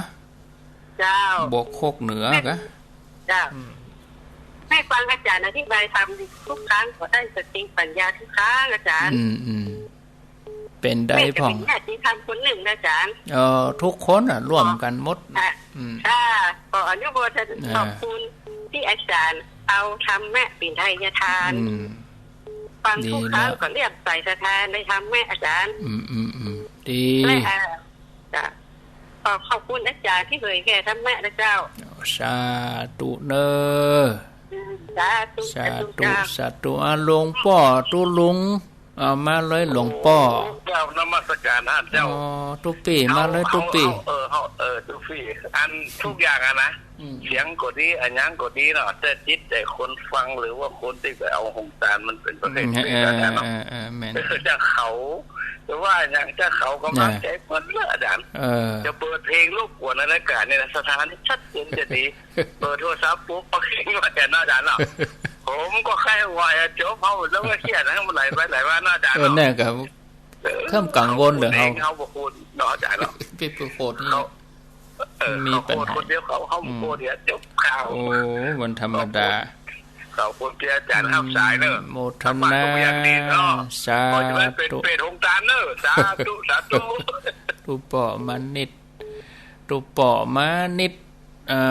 ละเอาแต่อีก่อนเนาะศรัทธาญาติโยมเพราะพอเวลาแล้วก็4 โมงครึ่งทวนสายก่อนเนาะสายที่1คุณคงเรื่องทำสมาธิดีใจโยมได้เรื่องเกี่ยวกับการปฏิบัติขอน่าอนุโมทนาสายต่อมาโยมบุญมาอยู่ไม่หนองหอยด้วยรอนี่ฟังชัดเจ๋วอ่ะถ้าฟังไม่หนองหอยด้วยรอแจ๋วนี่ก็คือดีใจละก็เดี๋ยวต้องถึงปุ่นต้องถึงฮอดนะเครื่องใหม่นี่ถึงฮอดแน่นอนนะเผลอบ้านห้องนี่ครอบคลุมหมดอ่ะเดี๋ยวนี้เปิ้ลก็ฟังอยู่นะแต่ว่าคุณภาพก็ยังบ่คมแต่เด้อบ่คมเข้มแต่เด้ออันเนาะหลวงพ่อบุญปันว่ามานเนาะท่านอาจารย์ว่าหลวงพ่อบุญปันฟังตลอดขอบคุณครับหลวงพ่อบุญปันสายที่4สันปัดตองอันนี้จบสกรรมโทรศัพท์โยนเงียบไปขอบคุณให้กำลังใจสายที่5แม่เมาเมืองฝางสายที่6แม่จันเรื่องใส7สันกำแพง8สระปีตำบลชมพู9แม่4,000รองอดบ่ได้เลยโทรมาท่านนี่เหรอได้โทรมาค่ะเป็นยังอุโมงค์สายที่10ละปูน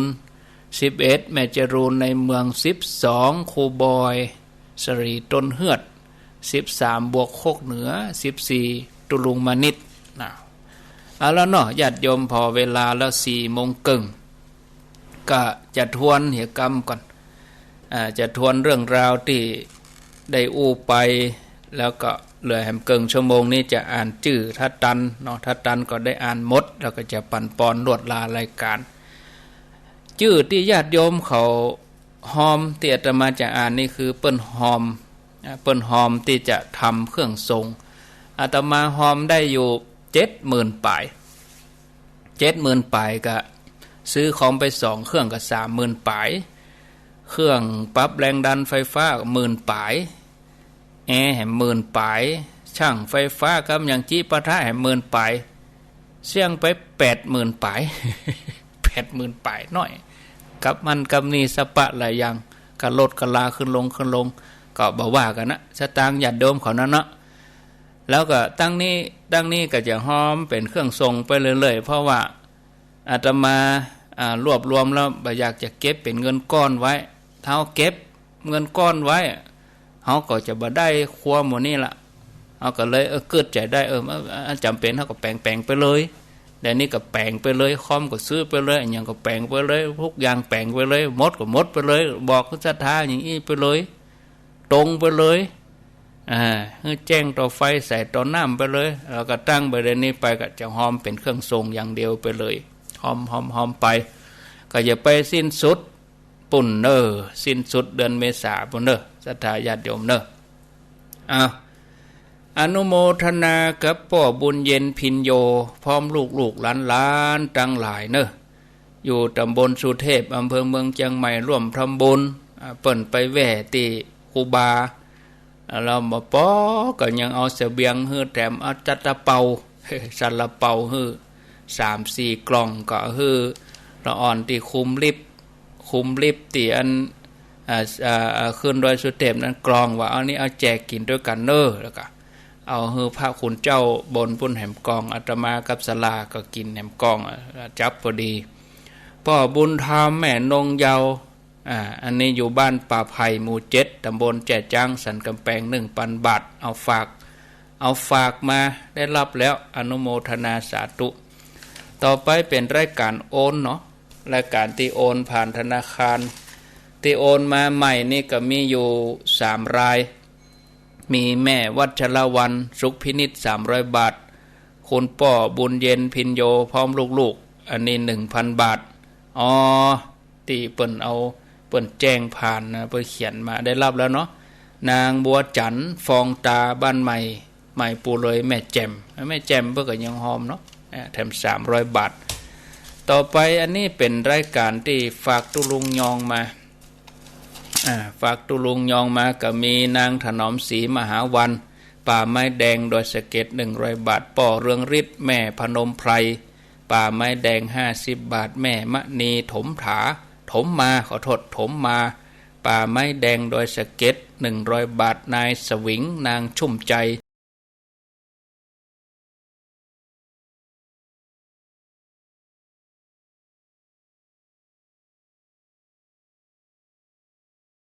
ไม้แดงโดยสะเก็ด100 บาทป่อเรืองฤทธิ์แม่พนมไพรป่าไม้แดง50 บาทแม่มณีถมมาถมมาป่าไม้แดงโดยสะเก็ด100 บาทนายสวิงนางชุ่มใจดาถาวโรดยอดชมพูโอ้นึกว่ายอดสนันยอดชมพูป่าไม้แดงหอมเครื่องทรง700 บาทตาลเฮือป่อน้อยแก้วแม่นวลยอดชมพูนางจันสมวิชัยศรีวงศ์พร้อมลูกหลานบ้านเดือหางดงตาใดโยมบ่ได้เขียนจานะทรงครบกันเด้อป้อประเสริฐแม่ยอดเรือนบัวหลวงบ้านแม่ใจเหนืออำเภอฝางบ่ได้เขียนจำนวนมาป้อนันคำเด้อป้อนันคำแม่ทองไฝแดงป่าไม้แดงโดยสะเก็ดร่วมทำบุญมา 1,000 บาทแม่แดงขุนเศษบ้านตาการบ่ได้เขียนจำนวนมาแม่ขันเงินชัยกันทา150 บาทแม่จันฟองละอแจ้งโหมลำปางเจ้าใดก็ได้เขียนแม่บุญมีตาแก้วหนองป่าสวายแม่บุญมีตาแก้วร่วมมาเป็นเครื่องทรงบ่ได้เขียนจำนวนหลวงพ่อมูลพระมูลประพัสโรอารามหนองเจริญร่วมทำบุญเครื่องทรงโดย200 บาทโอ้พระคุณเจ้าเปิ้นก็หอมกันเนาะ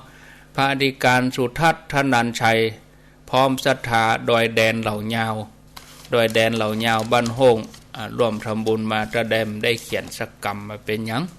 แม่แสงล่าพวงมาลาแถม100 บาทแม่ถนอมศรีมหาวันพร้อมลูกหลานครอบครัว200 บาทป่อบุญมีเงินคำคงบ้านเมืองกลางร่วมทำบุญมา200 บาทเมืองกลางจอมตองโอ้ทั่วทุกสารทิศเนาะเฮามาอ่านชื่อเฮาก็ฮู้ว่าเปิ้นอยู่ที่ไหนเปิ้นฟังกันอยู่ตัดใดแต่อย่างเวลาญาติโยมเขาโทรมาอยู่ตังใดอาตมาก็นึกด้วยหรอบางทีเส้นทางนั้นเฮาเคยไปเปิ้นอยู่บ้านนี้รู้แม่ฟองบ้านเมืองกลางตาลฮือป่อสมเงินคำคงแม่ฟองเงินคำคง200 บาทเมืองกลางแม่ไฝคำโตบ้านเมืองกลาง200 บาทป่อบุญมีเนอะป่อบุญมีนี่หอมจะไปตะพุนอันนี้อันเปิ้นหอมไปต่างอันวัดต่างๆแม่รำพันทาวันนะเครื่องทรง200 บาทแม่รำพันทำบุญวันเกิดแถม100 บาทนางพิชยาตริโยป่าไม้แดง100 บาทแม่ทองเพียงนาป่าไม้แดงอันนี้ฝากตุลุงยองมาเนอะ100 บาทแม่แจมจันจริงแจมจันจริงบ้านต้นเพิ่งตำบลสำรันราชดอยสะเก็ดทำบุญเครื่องทรงสำรอง500 บาทป่อเรินแม่พิมพ์บ้านดอนใจประแดดร่วมทำบุญเครื่องทรงสำรองถ้าได้เขียนสักกรรมมาเป็นยังป่อเรินแม่พิมพ์เนอะบ้านดอนใจเครื่องทรงมานางกรกมลเขยกลางบ้านดอยน้อยพัฒนาหนองหานสันทรายเครื่องทรงสำรอง 1,000 บาทบ้านเลขที่192หมู่13อนุโมทนาป่อเลี้ยงนรงค์กิตติวงศ์บ้านสันต้นมืออำเภอแม่อายเครื่องทรง 1,000 บาทโอ้แม่อายเบิ้นยังหอมเอานะอันนี้ถามปัญหาข้องใจหน่อยว่ามีในซองนี่หรอเขียนจดหมายกล่อมมานี่เป็นแบบบักเก่าก็หาเอามาเตนี่นะนี่ก็เดี๋ยวก่อยทบทวนก่อยเอามาอ่านก่อนเนาะอันนี้คำถามนี่2 หน้ากระดาษของแม่แสงล่าเดี๋ยวอาตมาก่อยเอาไปอ่านก่อนเนอะก่อยเอาไปอ่านแล้วก็เอามาตอบวันพุธหน้าบ่เนาะแม่เนาะก็เอามาตอบพุธหน้าเนาะเพิ่นเขียนจดหมายมาก็หามาพอนี่นะเนี่ยว่าจะได้เอามาตรวจมาพอเอามาพอเปิ่นตุลุงยองเอาเฮือก็เอามาอ่านนี่เลยเนี่ยเนาะแม่ทองคำพรมมินเนอร์บ้านสันปะตองอินทขินแถม500 บาทแม่ทองค ต่อไปก็มีแม่บัวพวงสะอาด50 บาทแม่อนงจินดาหลวง50 บาทแม่จินดาเด็ดคุณมาก50 บาทบ้านดวงดีป่าป่องดอยสะเก็ดรวมกันทั้งหมด3 คน50 บาทเป็น150นางสาวประภัสสรมูลวงเครื่องส่ง108 บาทแม่ลัดดาวันคุณานุวัฒน์นางจันสุดา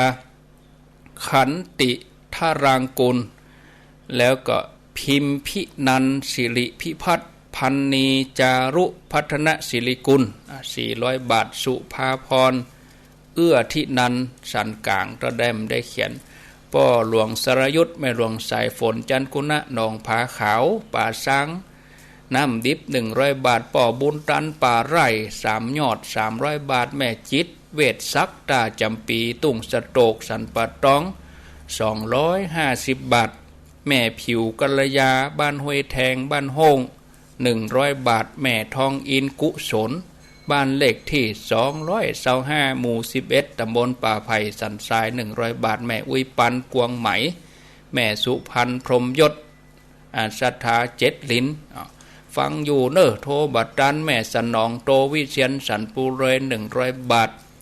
นายอภิลักษ์มูลรังสี108 บาทแม่ฟองจันอิน3สีมารามซื้อเครื่องส่งสถานี100 บาทอนุโมทนาแม่จันเพ็ญบุญรังสีแม่น้อยกัดนัด109 บาทแม่หไทยรัฐพรหมพัฒนชัยบ้านมอนนี่ร่วมทำบุญวงเล็บว่าคนพิเศษสาธุอนุโมทนาแม่สีจุงมิตรพร้อมครอบครัว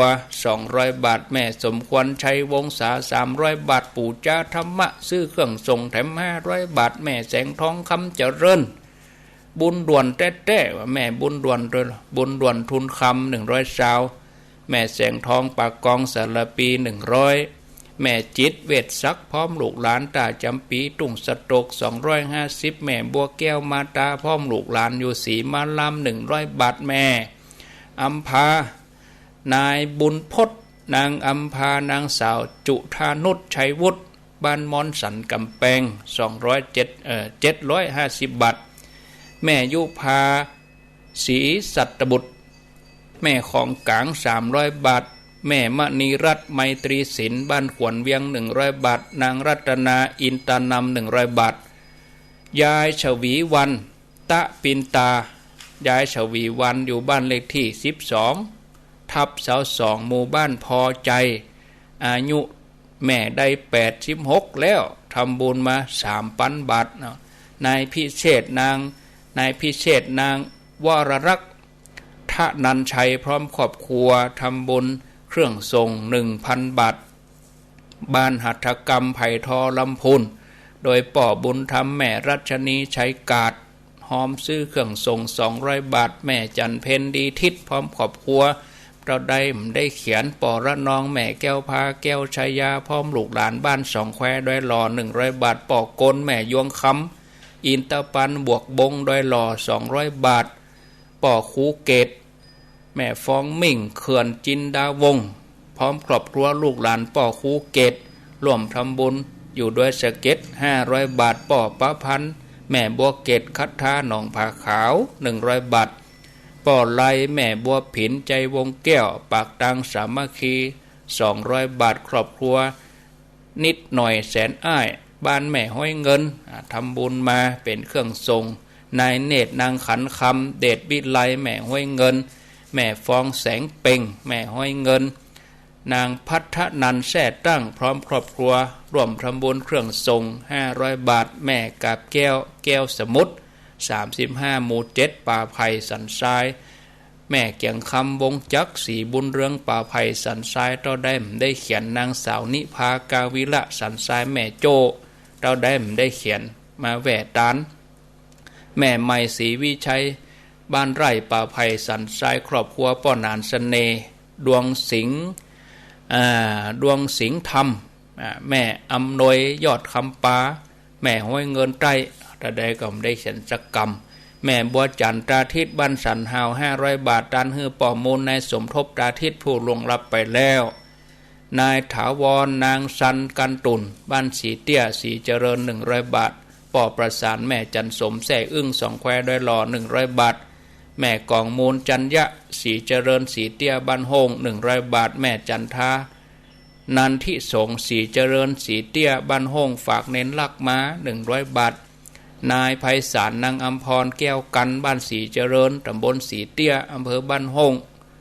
40 บาทป่อประพันธ์แม่จันสมแส่อึ้ง2 แควด้วยหล่อรวมทำบุญแถม100 บาทศรัทธานายจันนางสีกุยทองอยู่บ้านอย่างนี้บ้านป่าเข้าหนองป่าเข้าตำบลป่าไผ่อนุโมทนาครอบครัว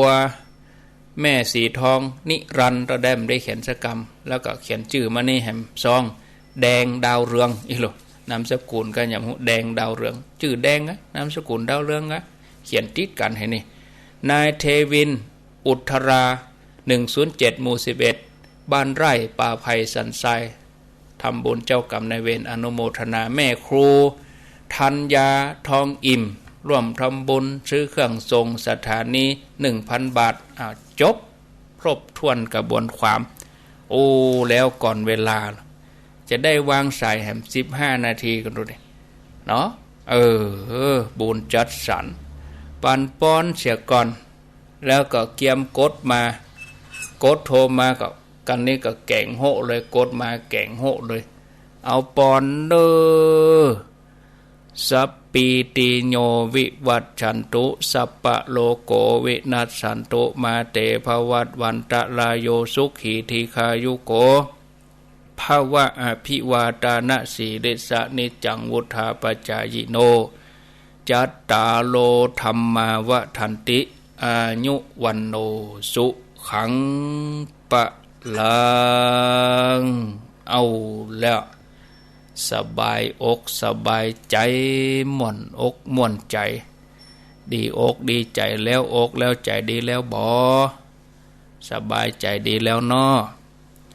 ต่อไปก็โทรมาแถมครั้งหนึ่งก่อนที่เราจะได้ลากันวันพวกนี้มันได้ปะกันนะตรงเวลาแมลงวันพวกจะเป็นตุลุงยองเนาะแต่มาเจ้าวันพวกก็บ่ได้ปะกันแถมวันพวกก็เป็นตุลุงยองเปิ่นเนอะวันศุกร์กับวันเสาร์ไผจะอู้จะจากโทรเข้ามา0998366322อ้าวเจริญปอนเดี๋ยวก่อนเนอะเราสวดมนต์ก่อนสมมติว่าเราสวดแบบอิติปิโสพาหุงและชิตัญชรเสร็จแล้วเรานั่งสมาธินี่ได้ไหมได้สวดมนต์ก็เป็นการต้อมใจก่อนต้อมอกต้อมใจให้ใจมันต้อมเหี่ยก่อนได้กะอันกะบทที่เฮาถนัดน่ะบทใดก็ได้แม่ท่องอยู่3 บทนี่แหละค่ะอิติปิโสพาหุงแล้วก็มัคคารณีนี่แหละได้แล้วก็ชิตัญชร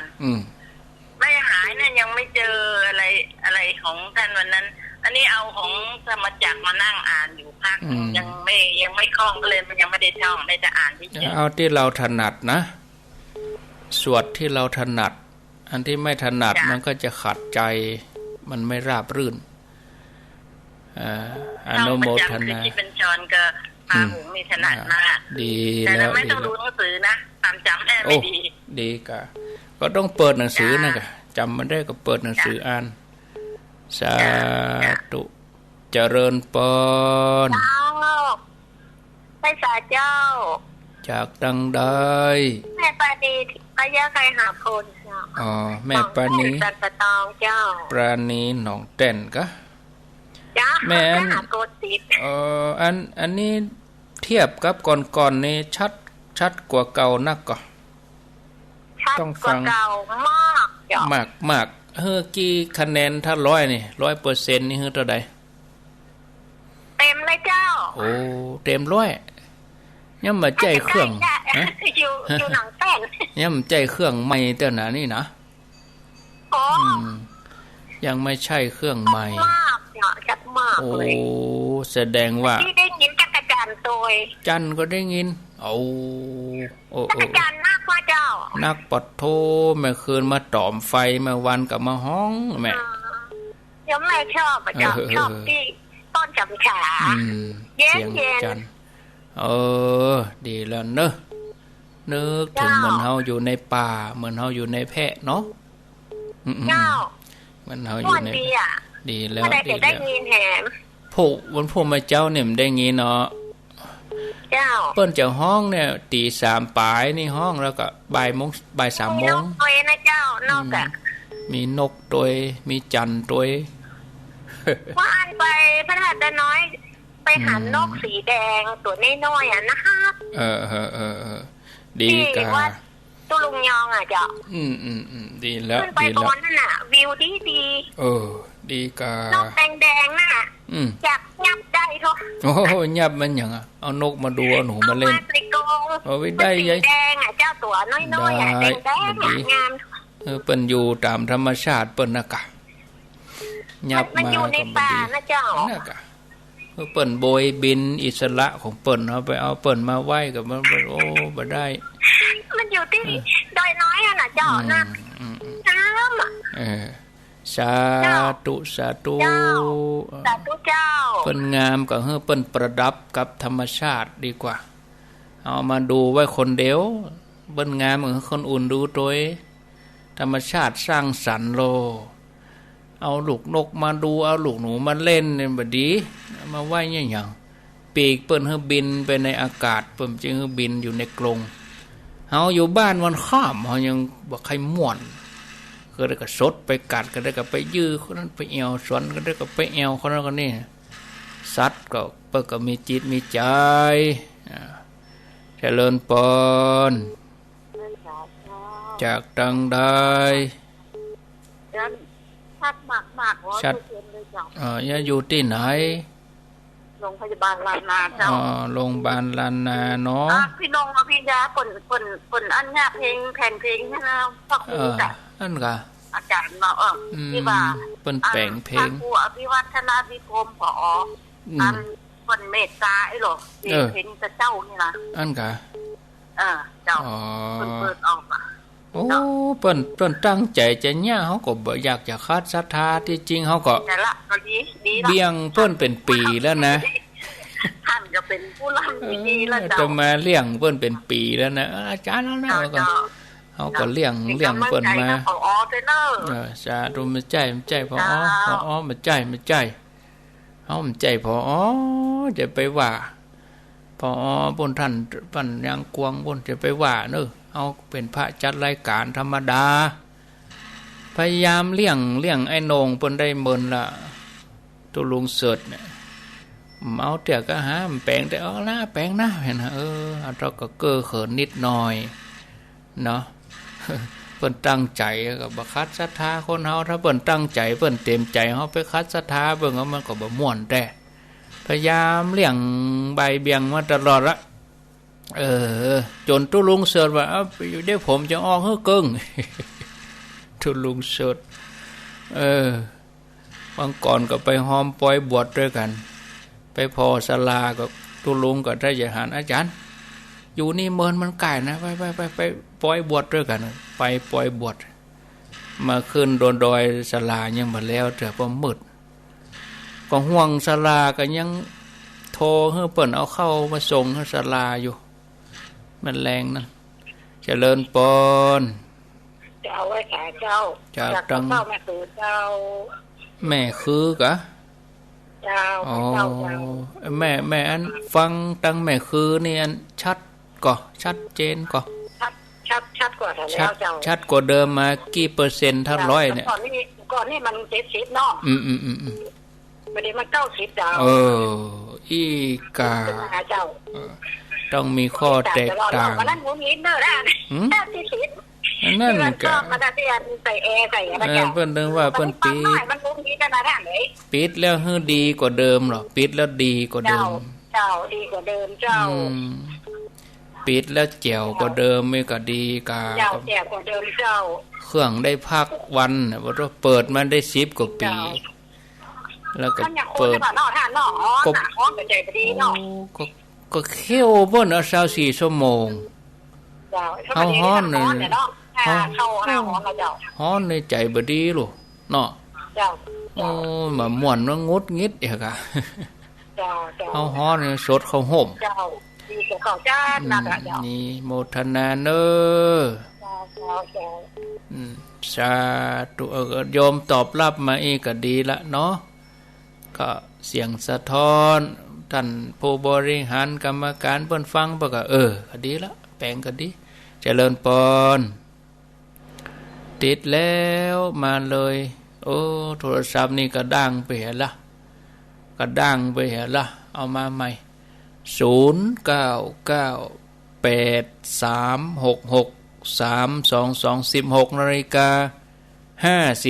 16:54 นาทีนอกจากเขาจะดูแลเครื่องส่งแล้วเขาก็จะต้องดูแลคนควบคุมนะเจ้าหน้าที่เทคนิคเนี่ยโอ้บ่ใจบ่ให้บ่ดีใจจดใจจ่อเหมือนกับญาติโยมนั่นเนาะวิทยุดับก็ห่วงหาเพราะว่าเพิ่นก็เป็นตัวจักสำคัญเนาะญาติโยมเขาฟังอยู่ที่บ้านนอนสบายญาติโยมเขาไม่ได้รับเปิ้นเขาไม่ได้รับเนี่ยคนคุมเนี่ยจะไปไหนไกลๆจะออกไปทางนอกไกลๆเนี่ยก็ห่วงกว่าวิทยุดับเจริญพรเจริญพรติดแล้ว พ่อยสาเจ้า จากทางใด จากคุณคงหางดงเจ้า คุณคงหางดงเนาะ เจ้า คุณคง มันแค่หอมมัน เอาหลังไม้ สร้างพระธาตุเจ้า เอาโทรหลังไม้เนอะแม่เนอะเดี๋ยวออกรายการแล้วก็โทรมาเนาะ เจ้า โทรหลังไม้เขียนเบอร์โทรไว้เขียนเนอะสาธุเจริญพร ครับสวัสดีครับโทรจากเมืองฝางครับ โอ้เมืองฝางบ้านหยัง บ้านตุ้นหนุนตำบลเวียงอำเภอฝาง ชัดแจ๋วดินเนาะเมืองฝางเนาะ สุดยอดเลยครับ สุดยอด มันอยู่ใกล้ๆฐานีนะครับ สุดยอดบะกล้วยเต็ดครับยังหันนั้นเนี่ยยังหันต้นไม้อันหลวงที่วัดอยู่โรงบ้านผม ที่วัดอัน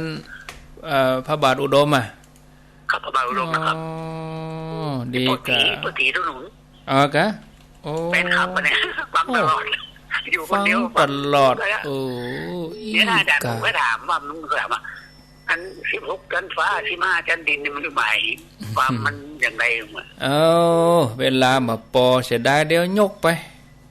เนาะครับยกไปเอาไว้ปุดหน้าเนาะสาธุเสียงปันดีเด้อเสียงเกินร้อยเนี่ยอยู่ดีมีสุขเจริญพรเจริญพรจากทางใดผมจากดอยสะเก็ดครับดอยสะเก็ดผมเคยถามว่าครับผมเคยถามที่ว่าป่าหิมพานต์เนี่ยมันอยู่ประเทศครับฮะป่าหิมพานต์มีที่ไหนมีกันในธรรมเนาะก็นี่เนาะเขียนละไว้เดี๋ยวเอาเก็บไว้เอาไว้วันพุธนะเนอะผมก็รู้นะผมอันกะเดี๋ยวจะอู้ให้ฟังเนาะในเวลาจำกัดนี่นะจะอู้ในเวลาจำกัดนี่เนาะลุดไปแล้วไอ้เปาะอินดูเปาะอินดูหิมพานต์นี่ก็ถ้าตามภูมิศาสตร์นี่ก็ภูเขาหิมาลัยเนี่ยหิมะลายหิมพานต์น่ะดอยที่เป็นหิมพานต์ดอยที่เป็นหิมะก็คือดอยหิมาลัยหิมพานต์เนี่ยอันเดียวกันแต่ที่เฮาว่าสัตว์ตนนั้นตัวนี้ลูกปลาหิมพานต์มันเหลื่อมมิติกันเนาะ